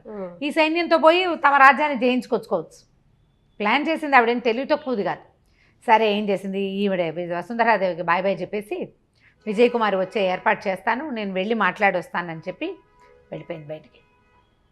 ఇంక ఇక్కడ ఈ రాజ్యంలో లేనట్టే పని వాళ్ళతోటి వాళ్ళందరికీ ఏం చెప్పిందంటే నేను వచ్చేదాకా మీరు ఇక్కడే ఉండండి అని చెప్పింది. ముందు నుంచి వీళ్ళు మొదట ఉన్న సత్రంలో కాకుండా వేరే చోట ఉంచింది. పోయి అప్పుడప్పుడు కలిసి వస్తూ ఉండేది. సరే 2-3 రోజులు స్థిమితంగా వాళ్ళ దగ్గరే ఉంది. ఆ రోజుకి 4వ రోజున విజయ్ కుమారి పల్లకీతో సహా ఇక్కడికి వచ్చింది. ఆ పల్లకికి డబ్బులు సమస్తమైనవి వసుంధరాదేవి దగ్గర నుంచే వసూలు చేసింది. మరి తన భర్తని తనకు చేసుకోబోయేవాడిని త్యాగం చేసింది కదా. పల్లకితో వచ్చింది. ఆ తర్వాత ఏమైందో మనం వచ్చే భాగంలో తెలుసుకుందాం. తప్పకుండా రమ్మగారు. నమస్తే అండి. నమస్తే రమ్మగారు, మనం బుద్ధిమతియం ఈ సిరీస్లో ఉన్నాము. చివరికి వచ్చేసింది. అవును. విజయ్ కుమారి రాజకుమారి దగ్గర దిగింది. ఎక్కడ? పల్లకీలో. వసుంధరాదేవి దగ్గర. మొత్తం తన తాలూకు అంటే ఈవిడ ఏం చేసుకుంది, ఎట్లా ఏర్పాటు చేసింది, వసుంధరాదేవి ఇచ్చిన డబ్బుతోటే కొంతమంది జనాన్ని ఏర్పరచుకుని తను కొద్దిపాటి పరిజనంతో వచ్చినట్టుగా ఈ రాజ్యాన్ని కుంతల దేశానికి వచ్చేసింది. కుంతలపురానికి వచ్చింది. వచ్చేసరికల్లా ఈ రాజస్థానంలో ప్రవేశించింది. ఈవిడ ఆనందంగా చేతులు పట్టుకుని ఎంతో సంతోషంగా మీకు రాజకుమార్తెకి స్వాగతం చెప్తున్నాను, నేను యువరాణి మాట్లాడుకుంటే వేరేగా ఉంటుంది కదా. అప్పుడు ఇద్దరు మాట్లాడుకున్నాక ఏం చెప్పిందంటే ఈవిడ మన గురువుగారు అయినటువంటి విజయుడు ఆయన కాశీలో ఏదో పెద్ద యజ్ఞయాగాతులు జరుగుతున్నాయట, అక్కడ ఆధ్యాత్మిక ప్రసంగాలు ఇవ్వడానికి గురువుగారు అక్కడికి వెళ్ళారు, నన్ను ఇక్కడికి వెళ్ళమన్నారు అని చెప్పి. గురువుగారు లేరు. ఈవిడేమిటి మన గురువుగారి పోలికల్లో ఉంది విజయ్ కుమారి అని ఒక రవ డౌట్ వచ్చింది. ఎందుకంటే ఆవిడ స్ఫురద్రూపము, పొడుగు, విశాలమైన నేత్రాలు, ముక్కు, మూతి అవన్నీ ఉంటాయి కదా, కొంచెం పోలికగా ఉంది. కానీ గట్టిగా చేయలేకపోయింది. ఎందుకంటే ఆయన మంచి పురుష వేషంలో కనపడింది. ఈవిడ మరీ నాజుగ్గా బట్టలు గిట్లు చక్కగా రాజకుమార్తె పల్లకీల నుంచి దిగింది, సర్దుకుని సరే ఇద్దరు మాట్లాడుకున్నాక ఒకళ్ళనొకళ్ళు సంభావించుకున్నారనమాట. సంభావించుకున్నాక అప్పుడు బుద్ధిమతిని కలుసుకుందాం మనం అని చెప్పేసి ఈవిడిని అక్కడికి తీసుకెళ్ళేసరికి ఆయన ఇప్పుడే చూసినట్టుగా సినిమా ఇచ్చాడు బుద్ధిమతి. చాలా చక్కగా మాట్లాడుకుంటే అమ్మాయి ఈవిడ ఏం చెప్పిందంటే విజయ్ కుమారి, ప్రభు అంటుంది, బుద్ధిమతి నువ్వు నేను బుద్ధి అంటలేదు, ఫ్రెండ్లీగా మాట్లాడటలేదు. జీవితంలో నాకు అభ్యంతరం లేనప్పుడు మీరెందుకు అభ్యంతర పెడతారు? మన వివాహం అయ్యాకే సోదరి మన జీవితంలో ప్రవేశిస్తానంటోంది. ఆమె ఒంటరిది, తండ్రి లేడు, అన్నదమ్ముళ్ళు ఎవరు లేరు. మరి లేనప్పుడు ఆమెకి తోడుగా నిలవటం మన బాధ్యత కదా. ఆమె ఆ రోజున కనుక విచక్షణగా ప్రవర్తించి ఉండకపోతే మీకు శిక్షే పడేది ఈ పాటికి. వాళ్ళ విచక్షణగా ప్రవర్తించి ఏం చేసింది, ఇతను దొంగ కాదు అని నిర్ధారించకపోతే దొంగ పేరుతోటి అరెస్ట్ చేసి అది ఇంకో శిక్ష, ఈ పాటికి కాలు చేయి తెగ్గొట్టేయటమో ఏదో ఒకటి చేసేవాడు అని ఒప్పించింది. సరే ఆవిడ సముఖంలోనే ఆయన ఒప్పుకున్నాడు. ముందే చెప్పి పెట్టేసింది కదా. ఇంతలో ఒక దాసి పరిగెత్తుకొచ్చింది, అమ్మ విజయ్ కుమారి మీరు ఇక్కడికి వచ్చారు, మీ నాన్నగారిని జైల్లో పెట్టారు, విక్రమసింహుడు అనే రాజు మీ రాజ్యం మీద దండెత్తాడు అనగానే అయ్యో మా నాన్న పని ఇలా అయిందా, ఆల్రెడీ ఆవిడకి తెలుసు, అందుకే పారిపోయి వచ్చేసింది, నేల మీద పడిపోయింది. బుద్ధిమతి ఏడవటం మొదలుపెట్టాడు. ఆయనకు అప్పుడే తెలిసింది బుద్ధిమతి రియల్గా ఏడుస్తున్నాడు. అయ్యో ఇప్పుడు రాజదంపతులు నన్ను ఎంతో ఆదరించారు, వాళ్ళ దయ వల్లే నేను జన్మించాను, రాజుగారు అరెస్ట్ అయ్యాడంటే మా నాన్నని ఎందుకు వదిలిపెడతారు, మా నాన్న సత్యకీర్తి ఆయనకి కరుణాకరుడికి జిగిరి దోస్తు, వాళ్ళిద్దరు బాగా స్నేహితులు. మంత్రిని వదిలిపెట్టాడు, మంత్రి పూర్తిగా రాజుతోటి కలిసి ఉండే మంత్రి. మా తల్లిదండ్రులు ఏమయ్యారో అని ఆయన కళ్ళ నీళ్ళు పెట్టేసుకుంటాడు. ఆయనకు అసలు తెలియదు, ఇప్పుడే తెలుసుకున్నాడు. ఈవిడేమో తెలుసు, ఈవిడ నటించింది. పడిపోయేసరికల్లా ఈవిడ బెంగ పెట్టేసుకుంది. అయ్యో ఇదేమిటి వీళ్ళిద్దరూ ఒప్పుకున్నారు, పెళ్లికి ఒప్పుకుని అన్నీ ఓకే అయిన తర్వాత ఇలా కొత్తగా వచ్చింది. అక్కడి నుంచి ఆవిడకి శీతలోపచారాలు చేయించింది, ఆయన్ని ఓదార్చింది, ఈ జైల్లో నుంచి తీసుకుపోయింది అంతఃపురంలోకి. ఆవిడని ఓదార్చి సోదరి మీరు ఏదంటే అదే చేస్తా, మీకు నా సైన్యాన్ని ఇస్తాను, మీరు వెళ్ళి ఇప్పటికిప్పుడు మీ తండ్రి గారిని రక్షించుకోండి, మీ తండ్రుల్ని రక్షించుకోండి, వాడెవడో వాడిని తోలేయండి, మన వివాహాల సంగతి తర్వాత అని చెప్పి తను రాలా. ఆవిడ వచ్చేస్తే కథ ఇంకో రకంగా ఉండేది, తెలిసిపోయేది. వీళ్ళిద్దరూ యుద్ధవీరులే వీళ్ళకి మొత్తం సైన్యాన్ని, కుంతలపురం తాలూకు సైన్యాన్ని మొత్తాన్ని ఈ బుద్ధిమతి విజయ్ కుమారులకు అప్పచెప్పేసింది ఆవిడ వసుంధర. అబ్బా. ఆ. అప్పచెప్పేస్తారు కదా. మరి భర్త కాబోయే భర్త మరి ఇంకా కాదని ఎందుకంటే ఆయనే కదా తన రాజ్యానికి కాబోయే రాజు. దాంతో ఈ సైన్యాన్ని పుచ్చుకొని వీళ్ళు అక్కడికి వెళ్ళారు. అక్కడికి వెళ్ళి విక్రమసింహుడి మీద వాళ్ళు దండెత్తేశారన్నమాట. కుంతలపురం ఎందుకు దండెత్తి వస్తుందో అసలు అతనికి అర్థం కాల. ఆ. తన మీదకి ఎవరు రావాలి, రాజుగారి కూతురు పారిపోయింది, ఆ పిల్ల కోసం వెతుకుతున్నాడు ఆయన. వెతికి పెళ్లి చేసుకుంటానని ప్రయత్నం చేస్తున్నారు అన్ని పక్కల. ఇప్పుడు ఇప్పటిదాకా మగ వేషంలో ఉంది, ఈ రోజే కదా ఆడవేషంలో వచ్చింది, సైన్యంతో వచ్చేసింది. సైన్యంతో వచ్చేసింది. ఈ రావటం రాజ్యం మీద విరుచుకుపడ్డారు. పడి నువ్వు రాజును వదిలిపెట్టకపోతే నేను నీ సంగతి చూస్తామన్నారు. వాళ్ళు యుద్ధం చేసుకున్నారు. తరిమి కొట్టేశారు వాళ్ళ సేనల్ని. తరిమి కొట్టి లోపలికి ప్రవేశించారు. తండ్రుల్ని రక్షించుకున్నారు. జైల్లోంచి తీసుకొచ్చి అప్పుడు తండ్రికి వివరంగా తను చేసిన పనిని చెప్పింది ఆవిడ. దాచిపెట్టల, తండ్రి దగ్గర దాచల. తండ్రి దగ్గర మంత్రి గారి దగ్గర ఇద్దరు శమరసింహుడి పేరుతోటి ఫోటో క్రియేట్ చేశాను, ఇట్లా ప్రయత్నం చేశాం. అక్కడికి వెళ్ళేసరికల్లా బుద్ధిమతి ఈ పరిస్థితిలో పడ్డాడు. నేనేమో ఈ విక్రమసింహుడు వస్తాడని పారిపోయాను. అక్కడికి వెళ్ళి వసుంధరాదేవిని లైన్లో పెట్టుకుని ఇలా ప్లాన్ చేశాం అని చెప్పి తండ్రిని అడిగింది, నన్ను క్షమించు, నేను ఈ పని కనుక చేయకపోయింటే ఇంకో రకంగా ఉండేది, నా వివాహం విషయంలో నేను స్వతంత్రించాను అని ఇక తండ్రిని ప్రార్థించింది. ఆయన ఏమనుకున్నాడంటే ఒకవేళ ఈ అమ్మాయి కనుక నేను బుద్ధిమతినే పెళ్లి చేసుకుంటాను అంటే కాస్త కినిసినా ఒప్పుకునేవాడు. వాళ్ళకి బుద్ధిమతి అంటే చాలా ప్రీతి. కాకపోతే ఒక రాచకన్యని ఇంకో రాజుగారి అబ్బాయికి ఇవ్వాలని సాధారణమైన ఆలోచనతో చేశారు వాళ్ళు. దాంతో వాళ్ళు తండ్రులు కూడా క్షమించేశారు.